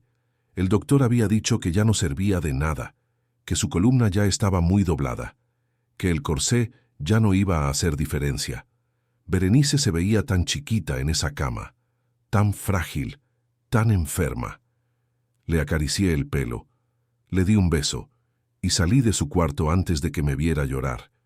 Lucía y yo nos sentamos en la sala. Nos quedamos ahí, en silencio, abrazados, llorando los dos. Lucía me dijo, ¿y ahora qué vamos a hacer? Yo le dije, no sé, ya no sé qué hacer. Ella me dijo, ¿y si pedimos prestado a más gente? Le dije, ya no nos quieren prestar, ya le debemos a todo el mundo. Lucía se quedó callada. Luego me dijo, ¿y si vendemos la casa? Le dije, no es nuestra, mi amor, rentamos. Lucía empezó a llorar más fuerte. Me dijo, entonces, ¿ya no hay nada que hacer? ¿Nuestra niña se va a morir? Y yo no supe qué contestar, porque la respuesta era sí. Berenice se iba a morir, y yo no iba a poder salvarla. Pasó otro mes, agosto. Berenice cumplió 10 años el 23 de agosto. Le hicimos una fiestecita pequeña en la casa. Invitamos a 3 de sus amiguitas de la escuela. Lucía hizo un pastel con lo poco que teníamos. Yo le compré un peluche, un osito café, que me costó 50 pesos en el tianguis. Berenice lo abrazó y me dijo, «Gracias, papi, es el mejor regalo».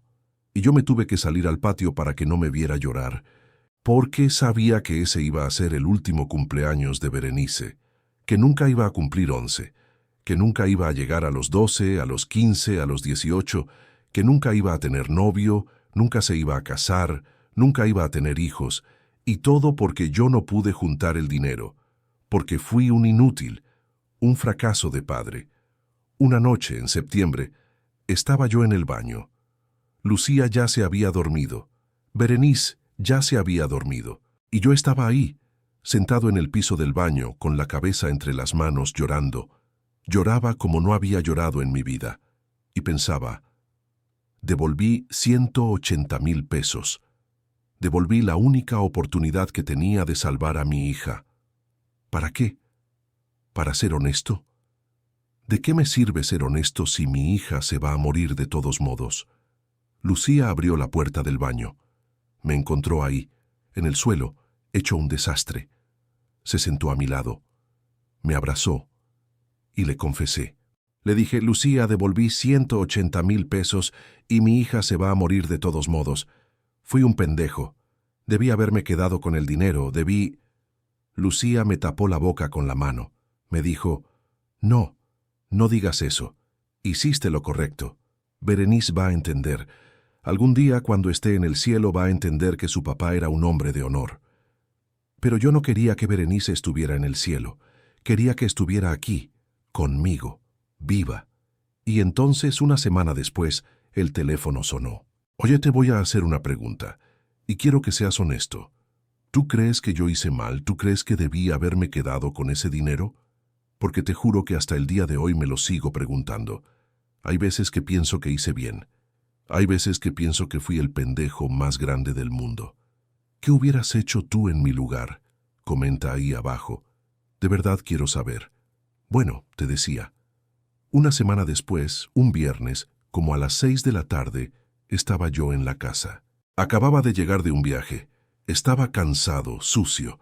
Había manejado 12 horas seguidas. Lucía estaba haciendo de cenar. Berenice estaba acostada en el sillá. Ya ni siquiera podía levantarse mucho. Se cansaba con nada. El teléfono sonó. Lo agarré. Contesté. ¿Bueno? Una voz de mujer dijo. ¿Señor Esteban Rubalcaba? Le dije. Sí, soy yo. La voz dijo. Habla del Hospital Ángeles de Torreón. Le llamamos para informarle que la cirugía de su hija Berenice está programada. Me quedé helado. Le dije, perdón, ¿cómo? Debe haber un error, yo no tengo... La señora me interrumpió. Me dijo, no hay error, señor. Un donador anónimo cubrió todos los gastos de la cirugía.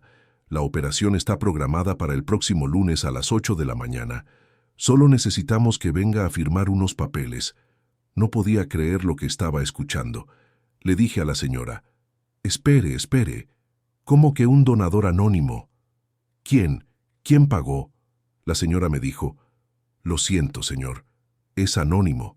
No puedo darle esa información. Solo sé que ayer depositaron el monto completo de la cirugía en nuestra cuenta, 140,000 pesos. y dejaron instrucciones específicas de que era para la niña Berenice Rubalcaba. Me temblaban las piernas. Tuve que sentarme. Lucía me miraba desde la cocina con cara de preocupación. Me preguntó con la mirada, «¿Qué pasa?». Yo le hice una seña de que esperara. Le dije a la señora del hospital, «¿Y de verdad está todo pagado? ¿La cirugía completa?». Ella dijo, «Sí, señor, todo. La cirugía, los tornillos de titanio, la anestesia, los 5 días de hospitalización, las consultas postoperatorias, la rehabilitación, todo está cubierto». Colgué el teléfono. Me quedé ahí sentado, con el teléfono en la mano, viendo la pared. Lucía se acercó corriendo.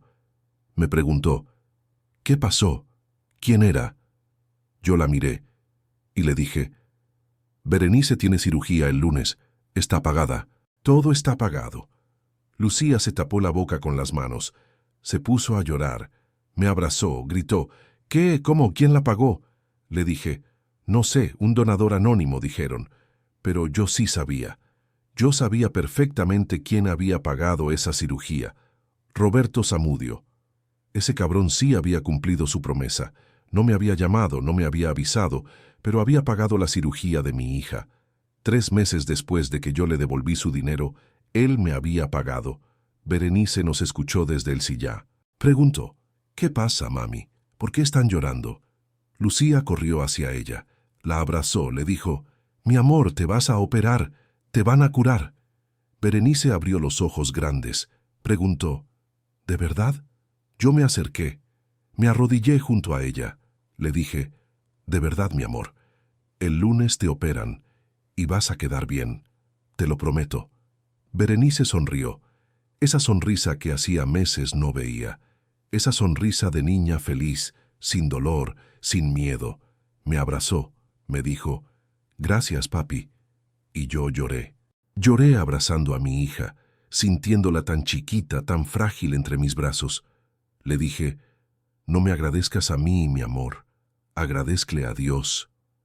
El lunes llegó. Llevamos a Berenice al Hospital Ángeles a las 6 de la mañana. La recibió una enfermera muy amable que nos llevó a un cuarto privado.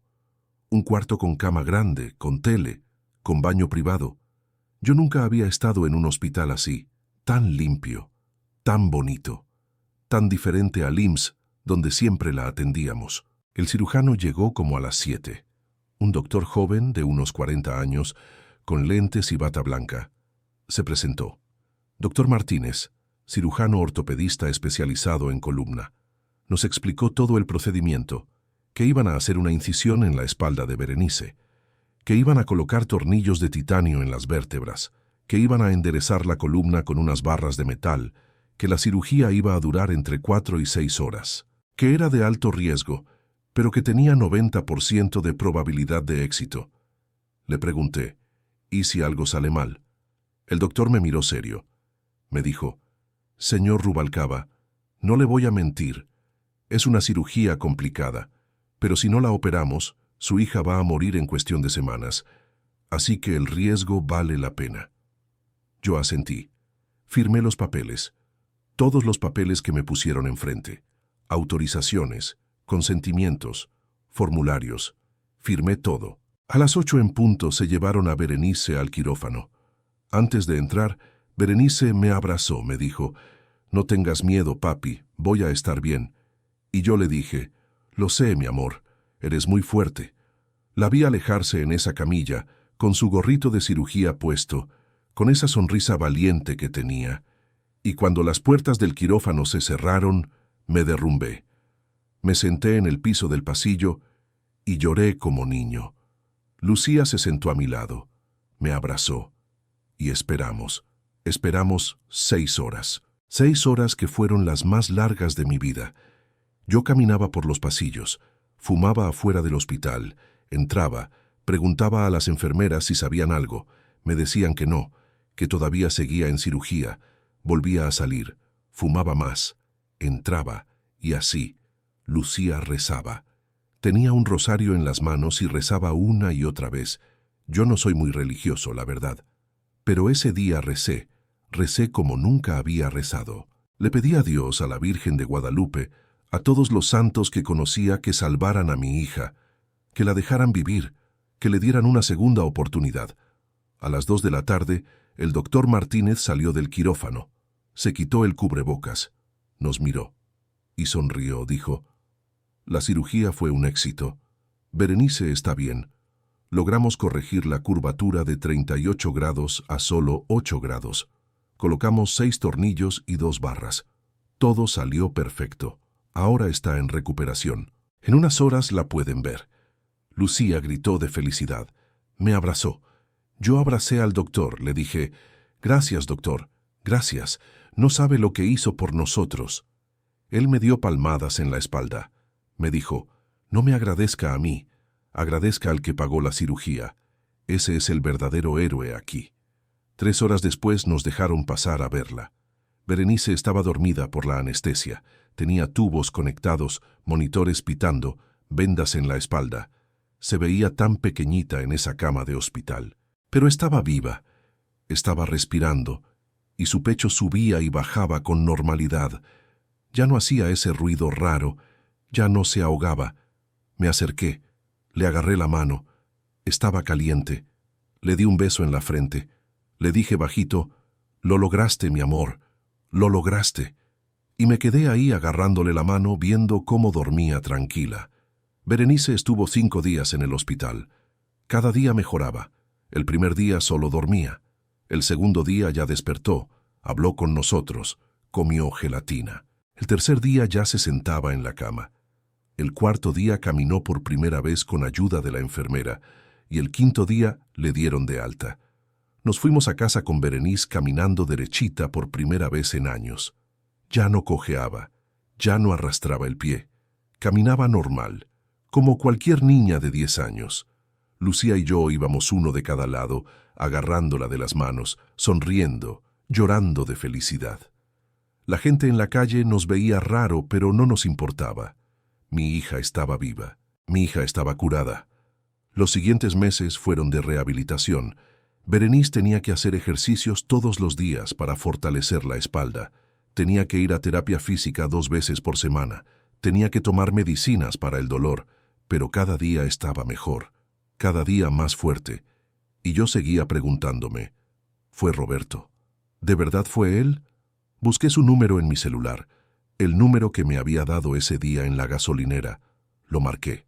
Sonó 3 veces. Luego una voz automática dijo: «El número que usted marcó no está disponible».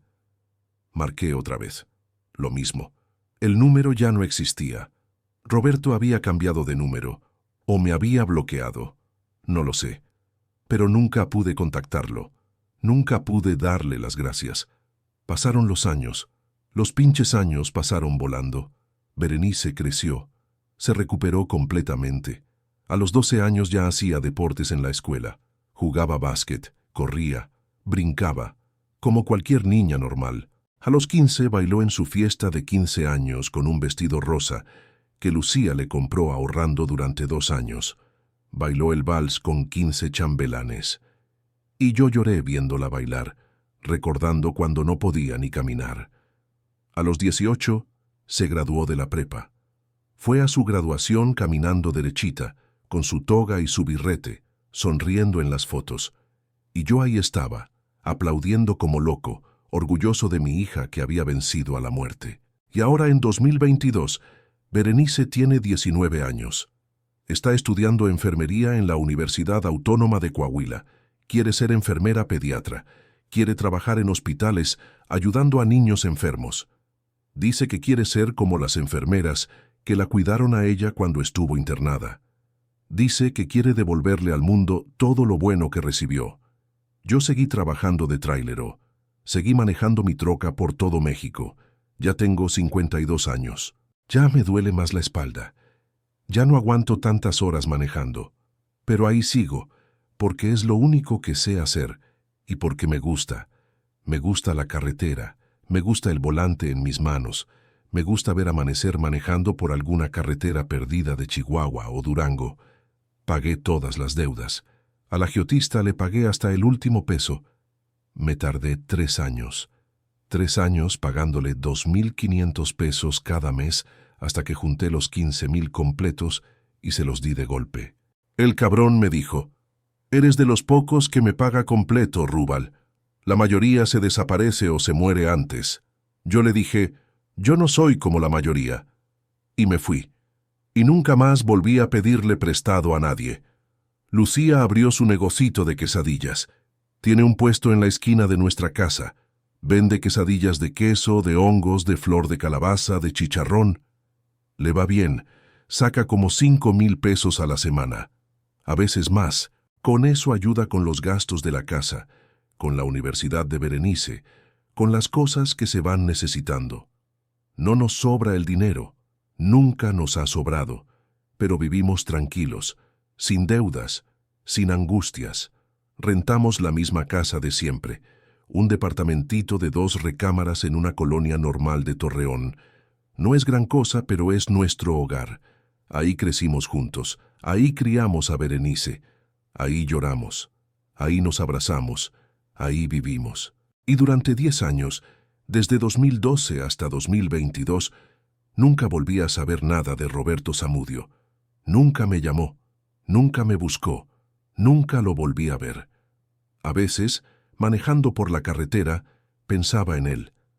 Me preguntaba si seguía vivo, si su familia estaba bien, si todavía tenía ese terreno que compró con el dinero que yo le devolví. Pero nunca lo busqué. No sabía cómo, no tenía su dirección, no tenía su número, y tampoco quería molestarlo. Él había hecho su parte, yo había hecho la mía, y así estábamos a mano. Hasta que hace 2 meses, octubre de 2022, un sábado por la mañana, yo estaba en mi casa. Acababa de llegar de un viaje largo, de Torreón a Guadalajara. Había manejado toda la noche. Estaba cansado, sucio, con ganas de bañarme y dormir.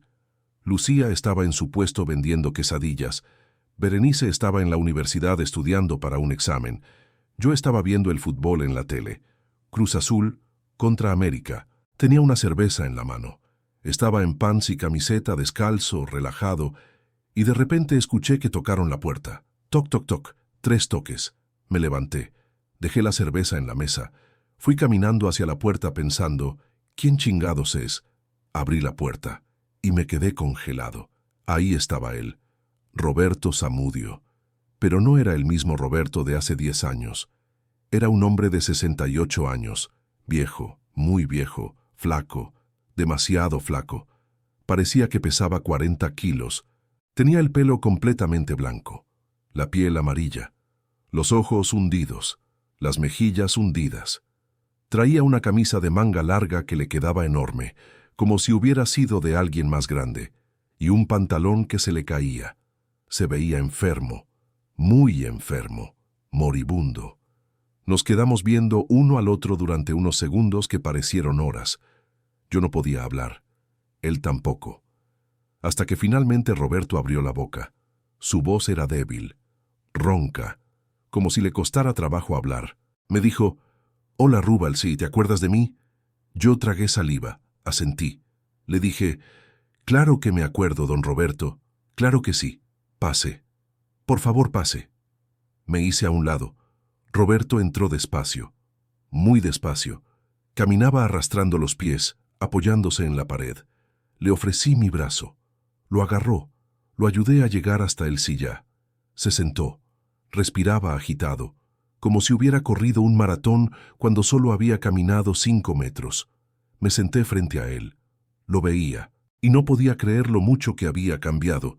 Hace 10 años era un señor normal. Ahora parecía un esqueleto vestido. Le pregunté: «¿Está bien, don Roberto? ¿Quiere agua? ¿Quiere algo de comer?» Roberto negó con la cabeza despacio. Me dijo: «No, gracias, muchacho. No tengo hambre. Hace meses que no tengo hambre». Se quedó callado un rato, respirando, mirando el piso. Luego levantó la vista y me miró a los ojos, y me dijo: «Vine porque tengo que decirte algo, algo que debí decirte hace 10 años. Pero antes de eso tengo que confesarte una cosa». Yo me incliné hacia adelante. Le dije: «Dígame lo que sea, don Roberto». Él respiró hondo y me soltó. Tengo cáncer, cáncer de páncreas, etapa 4, terminal. Los doctores me dieron 3 meses de vida. Eso fue hace 2 meses y medio. Me quedan 2 semanas, tal vez 3 si tengo suerte, pero no más. Se me hizo un nudo en la garganta. Sentí que me iba a poner a llorar ahí mismo. Le dije, «Chingao, don Roberto, lo siento mucho, de verdad, lo siento muchísimo». Roberto hizo un gesto con la mano, como quitándole importancia.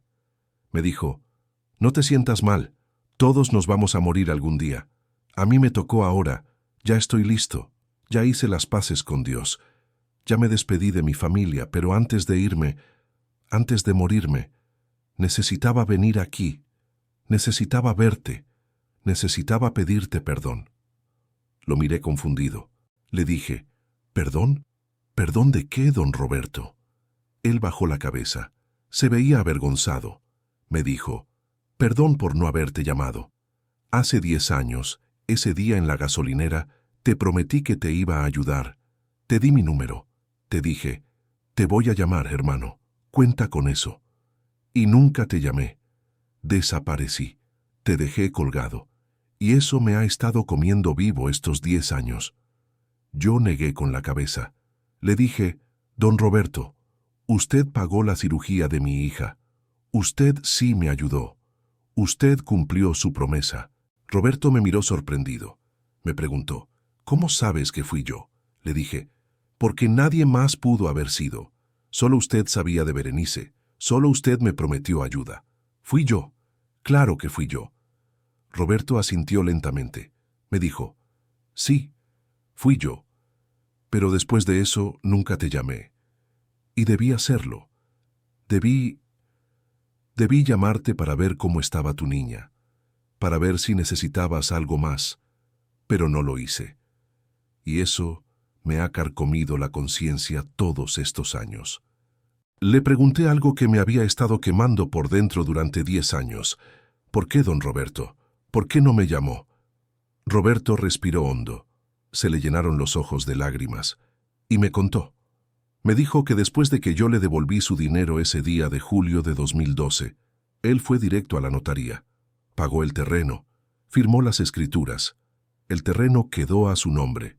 Era un terreno grande, en las afueras de Torreón, rumbo a Matamoros. Un terrenote de 1000 metros cuadrados que iba a dejarle de herencia a sus 2 hijos. Ese era su sueño, dejarles algo, un patrimonio. Pero una semana después de comprar el terreno, su socio lo traicionó. Roberto tenía un negocio, una ferretería mediana en el centro de Torreón. La había levantado durante 20 años, trabajando de sol a sol, y tenía un socio, un cabrón que conocía desde la prepa, en quien confiaba. Ese güey se robó todo el dinero de la caja, 150,000 pesos. Vaciaron la cuenta del negocio y se desapareció. Se fue a Estados Unidos y nunca lo volvieron a ver. Roberto se quedó sin capital. No pudo pagar a los proveedores. No pudo pagar la renta del local. La ferretería quebró y Roberto se quedó endeudado. Debía 200,000 pesos. Tuvo que vender el terreno que acababa de comprar para pagar parte de las deudas. El terreno por el que había peleado tanto. El terreno que yo le había ayudado a conservar devolviéndole su dinero. Después tuvo que vender su casa, una casita modesta que había comprado años atrás. La vendió para terminar de pagar deudas y se quedó sin nada, sin negocio, sin terreno, sin casa, sin nada. Se fue a vivir con su hermana, él, su esposa y sus 2 hijos. 5 personas viviendo en un cuarto chiquito. Durante 2 años. Roberto me miró con lágrimas corriéndole por la cara. Me dijo, «Por eso no te llamé, Rubal, porque me dio vergüenza. Pagué la cirugía de tu hija antes de que todo se fuera a la chingada. Saqué ese dinero de mis ahorros. Fui al hospital, pagué todo, pero después perdí todo. Y me dio pena llamarte. Me dio pena decirte, oye, te ayudé, pero ahora estoy jodido yo también. Sentí que no tenía cara para hablarte. Yo me levanté. Me senté a su lado en el sillá. Lo abracé. Le dije, «Don Roberto, Usted no tenía que sentir vergüenza. Usted hizo más por mí de lo que nadie ha hecho en toda mi vida. Me salvó a mi hija. Y eso no tiene precio. No me importa si después perdió todo. Usted me dio todo cuando me ayudó. Roberto lloraba en mi hombro. Lloraba como niño chiquito.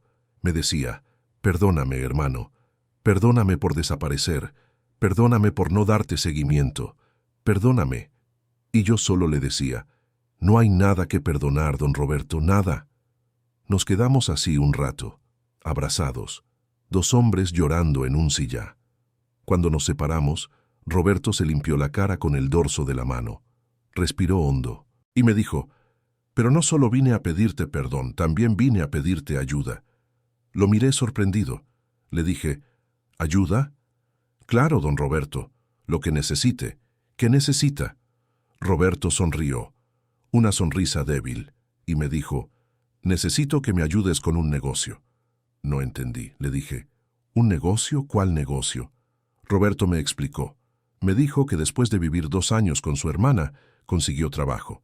Empezó a trabajar como vendedor en una empresa de transportes. Una empresa chica que tenía como 10 camiones y hacía entregas locales en Torreón y alrededores.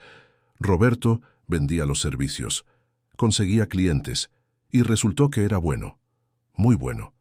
En 5 años, esa empresa creció. De 10 camiones pasó a tener 30. Y el dueño, un señor mayor que ya no quería trabajar tanto, le ofreció a Roberto comprar la mitad de la empresa.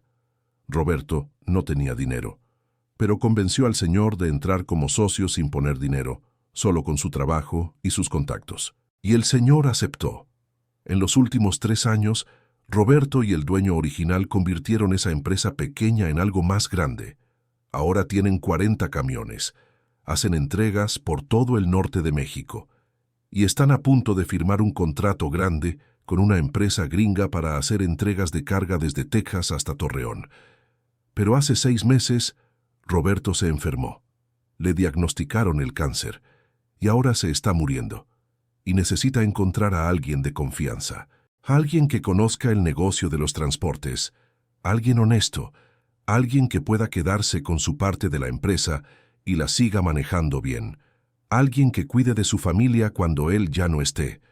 Roberto me miró fijo y me dijo, «Ese alguien eres tú, Rubal». Me quedé callado. No podía creer lo que estaba escuchando. Le dije, «Don Roberto, yo soy trailero, yo manejo. No sé nada de administrar empresas, no sé de negocios. Yo...». Roberto me interrumpió. Me dijo, «Tú conoces la carretera mejor que nadie. Conoces a los traileros, conoces los problemas que tienen, conoces las rutas, los tiempos, los costos y sobre todo, eres honesto. Tan honesto que devolviste 180,000 pesos cuando tu hija se estaba muriendo. Si tú eres capaz de eso, eres capaz de manejar una empresa con honor». Me explicó la propuesta. Me dijo que quiere dejarme el 20% de la empresa. Acciones, papeles firmados ante notario. Yo no tengo que poner ni un peso. Él me las está heredando. Lo único que tengo que hacer es entrar a trabajar en la empresa, no como trailero, como gerente de operaciones, supervisar a los choferes, planear las rutas, resolver problemas, estar en contacto con los clientes y ganar un sueldo fijo de 15,000 pesos al mes, más las ganancias de mi 20% de la empresa al final de cada año. Roberto sacó un folder de una bolsa de plástico que traía. Lo puso en la mesa. Me dijo, «Aquí están los papeles, el contrato, las escrituras de las acciones, todo. Ya está firmado por mí y por el otro socio. Solo falta tu firma. Si aceptas, mañana vamos al notario y firmamos. Y en cuanto yo me muera, tú te quedas con mi 20%. Yo agarré el folder, lo abrí, vi los papeles, documentos legales, letras chiquitas, sellos, firmas. No entendía ni madres, pero ahí decía mi nombre, Esteban Rubalcaba, 20% de Transportes del Norte de Coahuila S.A. de CV. Le dije, «Don Roberto, yo no merezco esto. Yo solo hice lo correcto hace 10 años. Eso no significa...». Roberto me volvió a interrumpir. Me agarró la mano. Me la apretó con fuerza. Con la poca fuerza que le quedaba. Me dijo, «Hace 10 años te ofrecí 10,000 pesos de recompensa. Tú no los aceptaste. Dijiste que solo hiciste lo correcto, pues ahora te estoy ofreciendo algo más grande. Y esta vez no voy a aceptar un no. Esta vez vas a aceptar lo que mereces. Me soltó la mano. Se recargó en el respaldo del silla. Respiraba agitado otra vez. Se veía cansado, exhausto. Me dijo, piénsalo, Rubal. Piénsalo bien. Habla con tu esposa y mañana me das una respuesta. Pero yo ya sé cuál va a ser tu respuesta. Porque te conozco. Sé que eres un hombre que no le hace el feo al trabajo honesto. Se levantó con dificultad. Lo ayudé. Lo acompañé hasta la puerta. Antes de salir, me dio un abrazo largo, y me dijo al oído, «Gracias, hermano. Gracias por enseñarme hace 10 años que todavía existe gente buena en este mundo. Gracias por salvarme ese día. Ahora es mi turno de salvarte a ti». Abrí la puerta. Roberto salió. Había un taxi esperándolo afuera. Su esposa estaba en el asiento de atrás. Me saludó con la mano, yo le devolví el saludo. Roberto subió al taxi despacio. Se fue, y yo me quedé ahí parado en la puerta de mi casa, con ese folder en las manos, temblando. Entré a la casa, cerré la puerta, me senté en el sillá, abrí el folder y empecé a leer los papeles. No entendía ni la mitad de lo que decía. Palabras raras, términos legales, accionista minoritario, transferencia de participación accionaria, escritura constitutiva, cláusulas de administración. Puras madres que nunca había visto en mi vida. Pero entendí lo importante, que Roberto Zamudio me estaba dejando el 20% de una empresa de transportes, que esa empresa valía como 2 millones de pesos, que mi 20% eran 400,000 pesos, 400,000 pesos que yo no tenía que pagar, que me los estaba regalando, y que además me iba a pagar 15,000 pesos al mes por trabajar ahí como gerente de operaciones. Me quedé ahí sentado no sé cuánto tiempo, 1 hora, 2 horas, viendo esos papeles, leyéndolos una y otra vez, tratando de entender si era real, si de verdad me estaba pasando esto a mí, a Esteban Rubalcaba, el trailero que gana 8,000 pesos al mes, el que nunca ha tenido nada, el que toda su vida ha sido pobre. Lucía llegó como a las 5 de la tarde. Venía cansada de estar todo el día parada en su puesto haciendo quesadillas. Me vio ahí sentado con los papeles. Me preguntó, «¿Qué es eso?». Le dije, «Siéntate, mi amor, tengo que contarte algo». Le conté todo, de la visita de Roberto, de su cáncer, de su propuesta. Le mostré los papeles. Lucía los leyó despacio, muy despacio, y cuando terminó, me miró con los ojos llenos de lágrimas. Me dijo, «¿Es en serio? ¿Ese señor te está dejando todo esto?». Le dije, «Sí, mi amor, es en serio». Lucía se puso a llorar. Me abrazó. Me dijo, «Dios existe, Rubal. Dios existe y es bueno. Todo lo que diste hace 10 años te lo está regresando multiplicado». Yo también lloré. Nos quedamos abrazados en ese sillá llorando de felicidad, de agradecimiento, de no poder creer que después de toda una vida luchando, por fin nos estaba tocando algo bueno. Esa noche no pude dormir. Me quedé despierto pensando en Roberto, pensando en todo lo que había pasado, en esa mochila que encontré hace 10 años, en esos 180,000 pesos que devolví, en mi hija que casi se muere, en la cirugía que alguien pagó, en todos esos años trabajando sin descanso, y ahora esto, esta oportunidad, esta bendición. Al día siguiente, domingo por la mañana, le marqué a Roberto. Me contestó su esposa. Me dijo que Roberto estaba muy débil, que había pasado mala noche, pero que me pasaba la llamada. Roberto agarró el teléfono. Su voz sonaba peor que ayer, más débil, más cansada.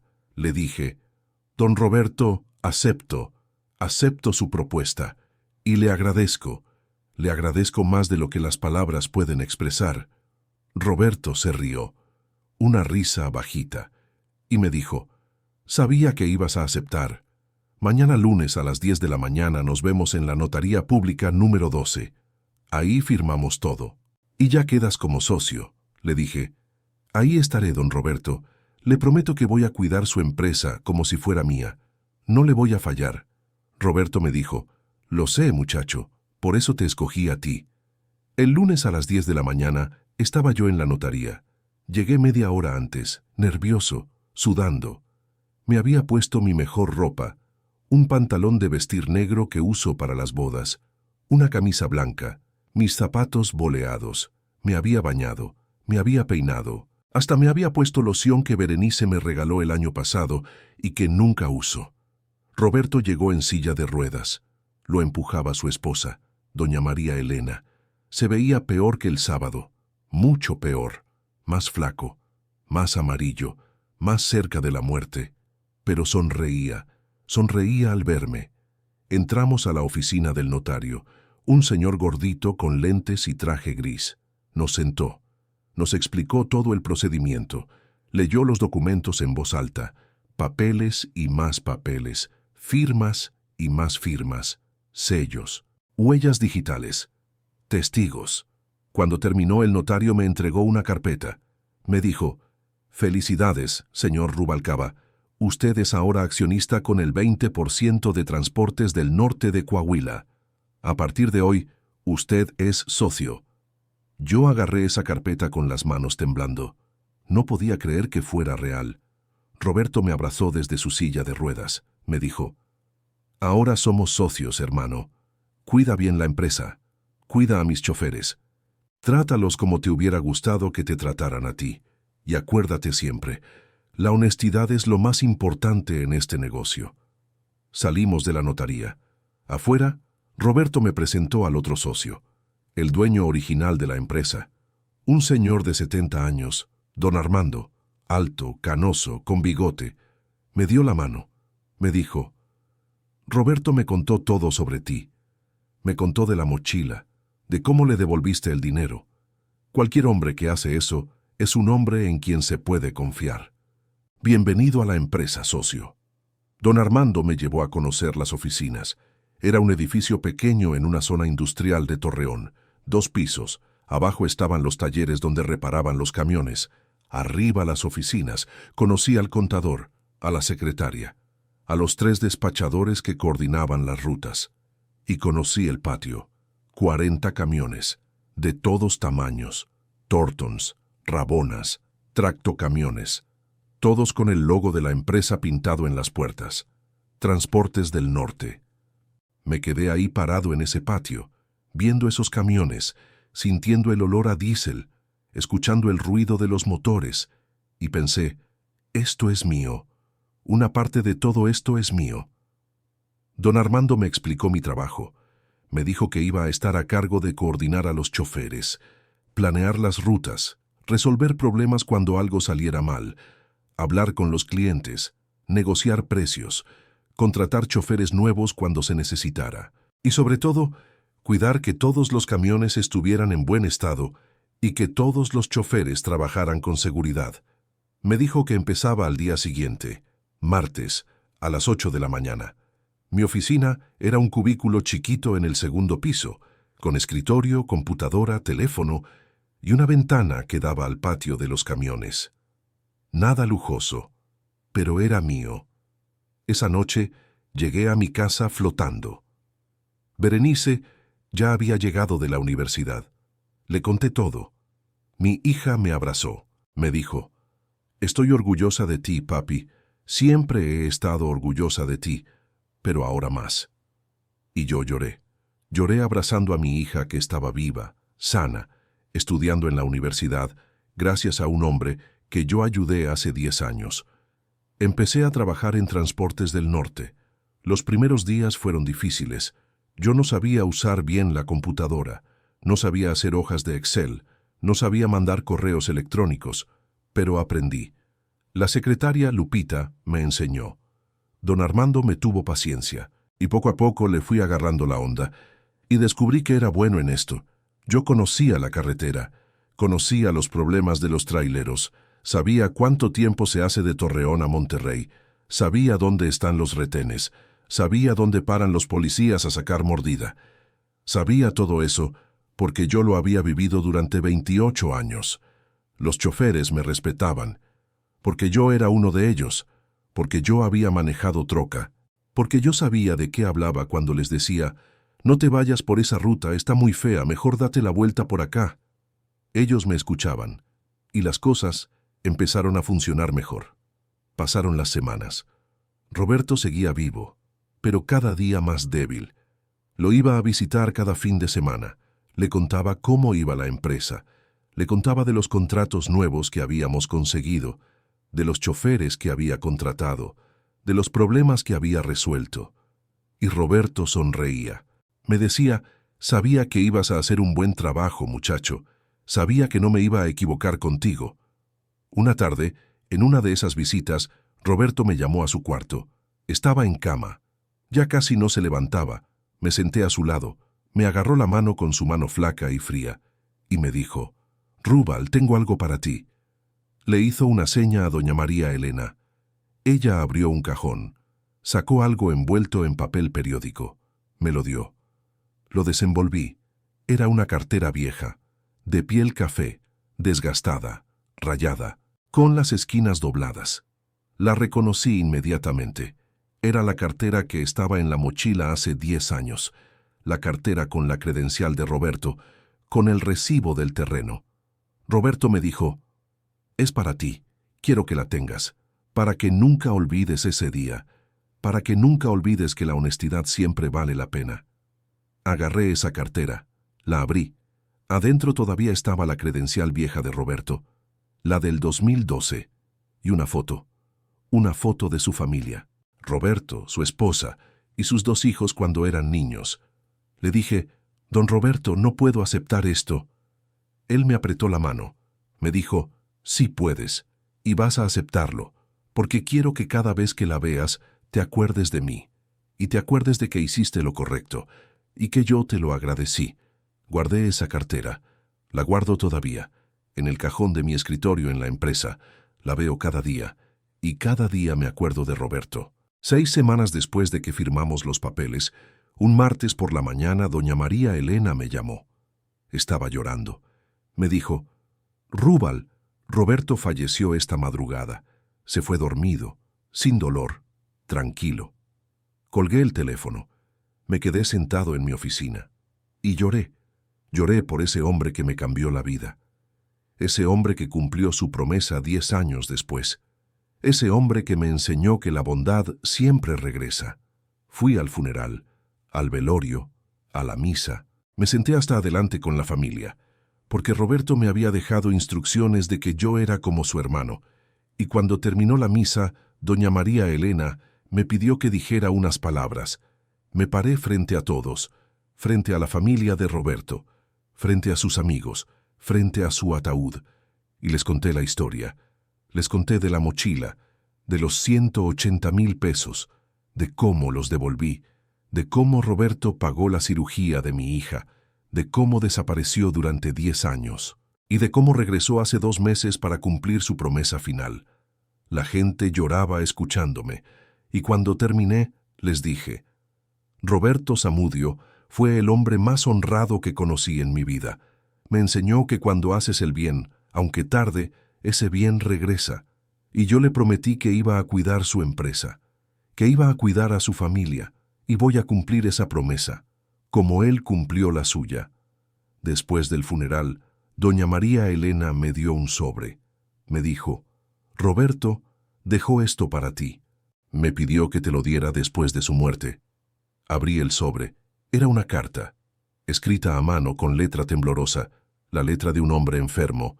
Decía, «Rubal, hermano, si estás leyendo esto es porque ya me morí. Quiero que sepas algo. Hace 10 años, cuando devolviste ese dinero, me salvaste la vida. No solo el dinero, me salvaste el alma. Yo era un hombre que solo pensaba en el dinero, en los negocios, en acumular. Pero tú me enseñaste que hay cosas más importantes. Me enseñaste que la honestidad vale más que todo el oro del mundo. Por eso pagué la cirugía de tu hija. Por eso te dejé parte de mi empresa, porque eres el hombre más honrado que he conocido. Cuida a tu familia, cuida la empresa, y nunca dejes de ser quien eres. Roberto». Guardé esa carta. La tengo todavía, en mi cartera, en la cartera que Roberto me regaló. La leo cada vez que tengo dudas, cada vez que tengo que tomar una decisión difícil, y me acuerdo de Roberto, y sé qué hacer. Hoy, en 2025, 3 años después de la muerte de Roberto, las cosas van bien. Muy bien. La empresa creció. Ahora tenemos 60 camiones. Conseguimos ese contrato con la empresa gringa. Hacemos entregas por todo el norte de México y hasta Texas. Y mis ganancias del 20% al final de cada año son de entre 100,000 y 150,000 pesos. Ya no manejo troca, aunque a veces me dan ganas. A veces me subo a uno de los camiones y le doy una vuelta por la ciudad, no más para sentir el volante en mis manos, para recordar de dónde vengo.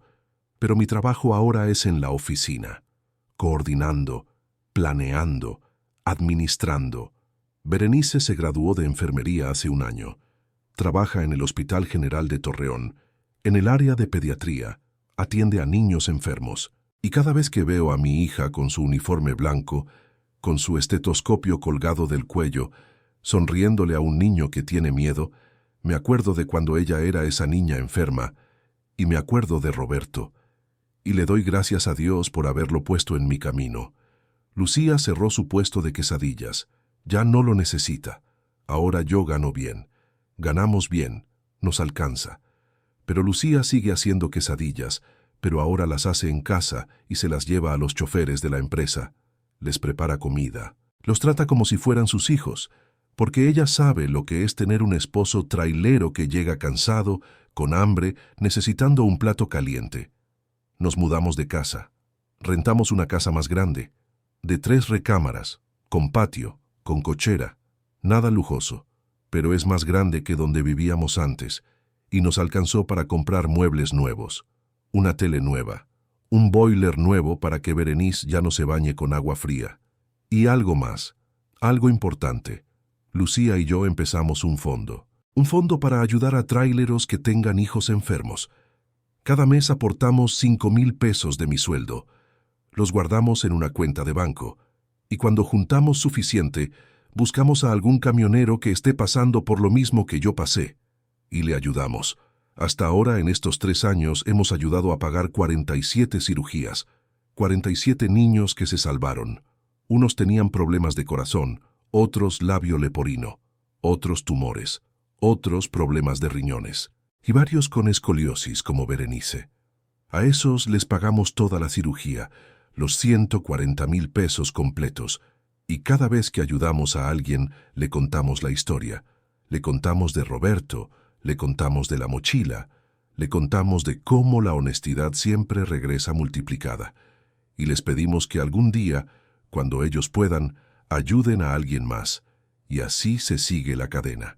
Hace un mes, doña María Elena, la viuda de Roberto, me invitó a comer. Fuimos a un restaurante bonito en el centro de Torreón. Me contó que los hijos de Roberto, Roberto Jr. y Carmen, están bien. Estudiaron carreras, tienen trabajos, se casaron, tienen hijos, los nietos que Roberto ya no pudo conocer. Me dijo, Rubal, Roberto me dijo antes de morir que tú eras su hermano, que confiaba más en ti que en mucha gente. Y tenía razón. Has cuidado la empresa como si fuera tuya. Has cuidado a los choferes y has honrado la memoria de mi esposo. Y me dio un abrazo de agradecimiento. Hace 2 semanas don Armando me pidió que diera una plática para los choferes nuevos que acabábamos de contratar. 10 muchachos jóvenes, entre 20 y 30 años, que recién empezaban en esto del transporte. Me dijo, Rubal, cuéntales tu historia, cuéntales de dónde vienes, para que sepan qué tipo de empresa es esta.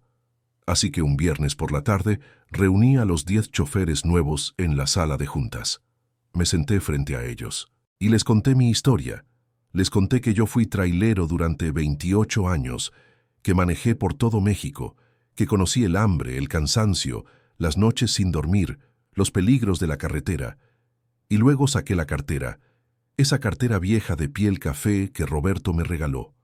La puse sobre la mesa. Les dije, ¿ven esta cartera? Esta cartera tenía 180,000 pesos hace 13 años. Yo la encontré en la carretera y la devolví, aunque mi hija se estaba muriendo y necesitaba ese dinero para salvarla. Los muchachos me miraban con los ojos bien abiertos, sin entender. Les conté toda la historia, de principio a fin, de la mochila, de Roberto, de Berenice, de la cirugía, de los 10 años de silencio, del regreso de Roberto, de la empresa, de todo. Cuando terminé, uno de los choferes, un muchacho de 23 años que se llama Jesús, me preguntó, ¿y no se arrepiente, don Rubal? ¿No se arrepiente de haber devuelto ese dinero? Yo agarré la cartera, la sostuve frente a ellos, y les dije, esta cartera tenía 180,000 pesos. Yo los devolví.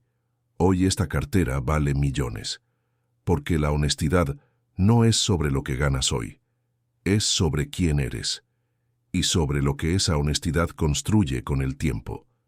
Les dije, muchachos, ustedes van a estar en la carretera, solos, nadie los va a estar vigilando, van a tener oportunidades de hacer cosas malas, de quedarse con carga, de mentir, de robar. Pero yo les pido algo, sean honestos, aunque cueste, aunque duela, aunque piensen que nadie los está viendo, porque alguien siempre está viendo, y la honestidad siempre, siempre regresa.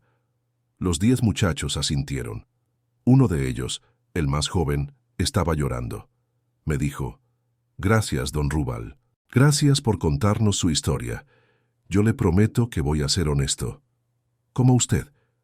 Guardé la cartera en mi bolsillo, les di la mano a cada uno y les dije, bienvenidos a Transportes del Norte.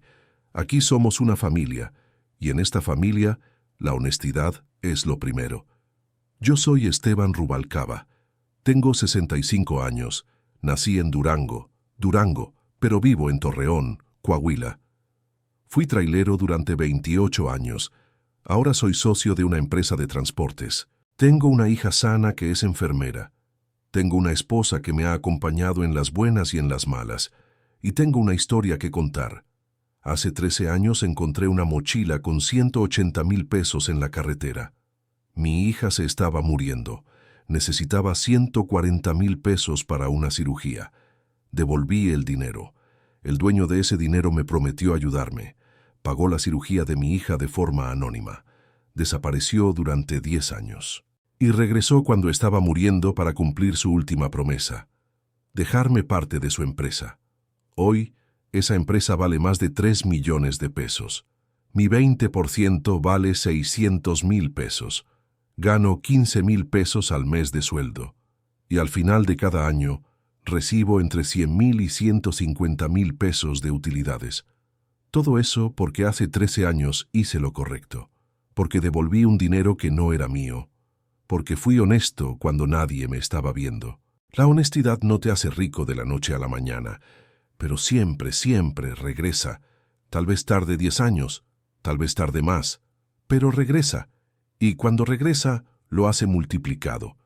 Yo sigo manejando de vez en cuando, no porque necesite, sino porque me gusta, porque la carretera es mi casa, porque el volante es mi terapia, y cada vez que paso por el kilómetro 347 de la carretera 49, por ese lugar donde encontré la mochila, me detengo. Bajo del camión. Veo esa señal oxidada que dice curva peligrosa. Y le doy gracias. Gracias a Roberto, gracias a Dios, gracias a la vida. Y esta es mi historia. La historia de un trailero que encontró una fortuna y la devolvió. Y que 13 años después recibió una bendición que nunca imaginó. Si quieres oír más historias como la mía, si quieres conocer a más gente guerrera de la carretera, traileros que como yo tienen muchas historias que contar, historias de sacrificio, de lucha, de honestidad, dale clic a los cuadritos que están apareciendo en tu pantalla ahorita. Ahí hay más historias, historias reales, de gente real, como yo. Yo soy Esteban Rubalcaba, y esta es la historia de mi vida. Si quieres oír más historias como la mía, suscríbete al canal Diario del Camionero. Devolví 180,000 pesos y mi hija se estaba muriendo. 10 años después, él volvió. Encontré 180,000 pesos en la carretera. Mi hija necesitaba cirugía urgente de 140,000. Los devolví. El dueño prometió ayudarme y desapareció. Hasta 10 años después, cuando tocó mi puerta y me cambió la vida para siempre.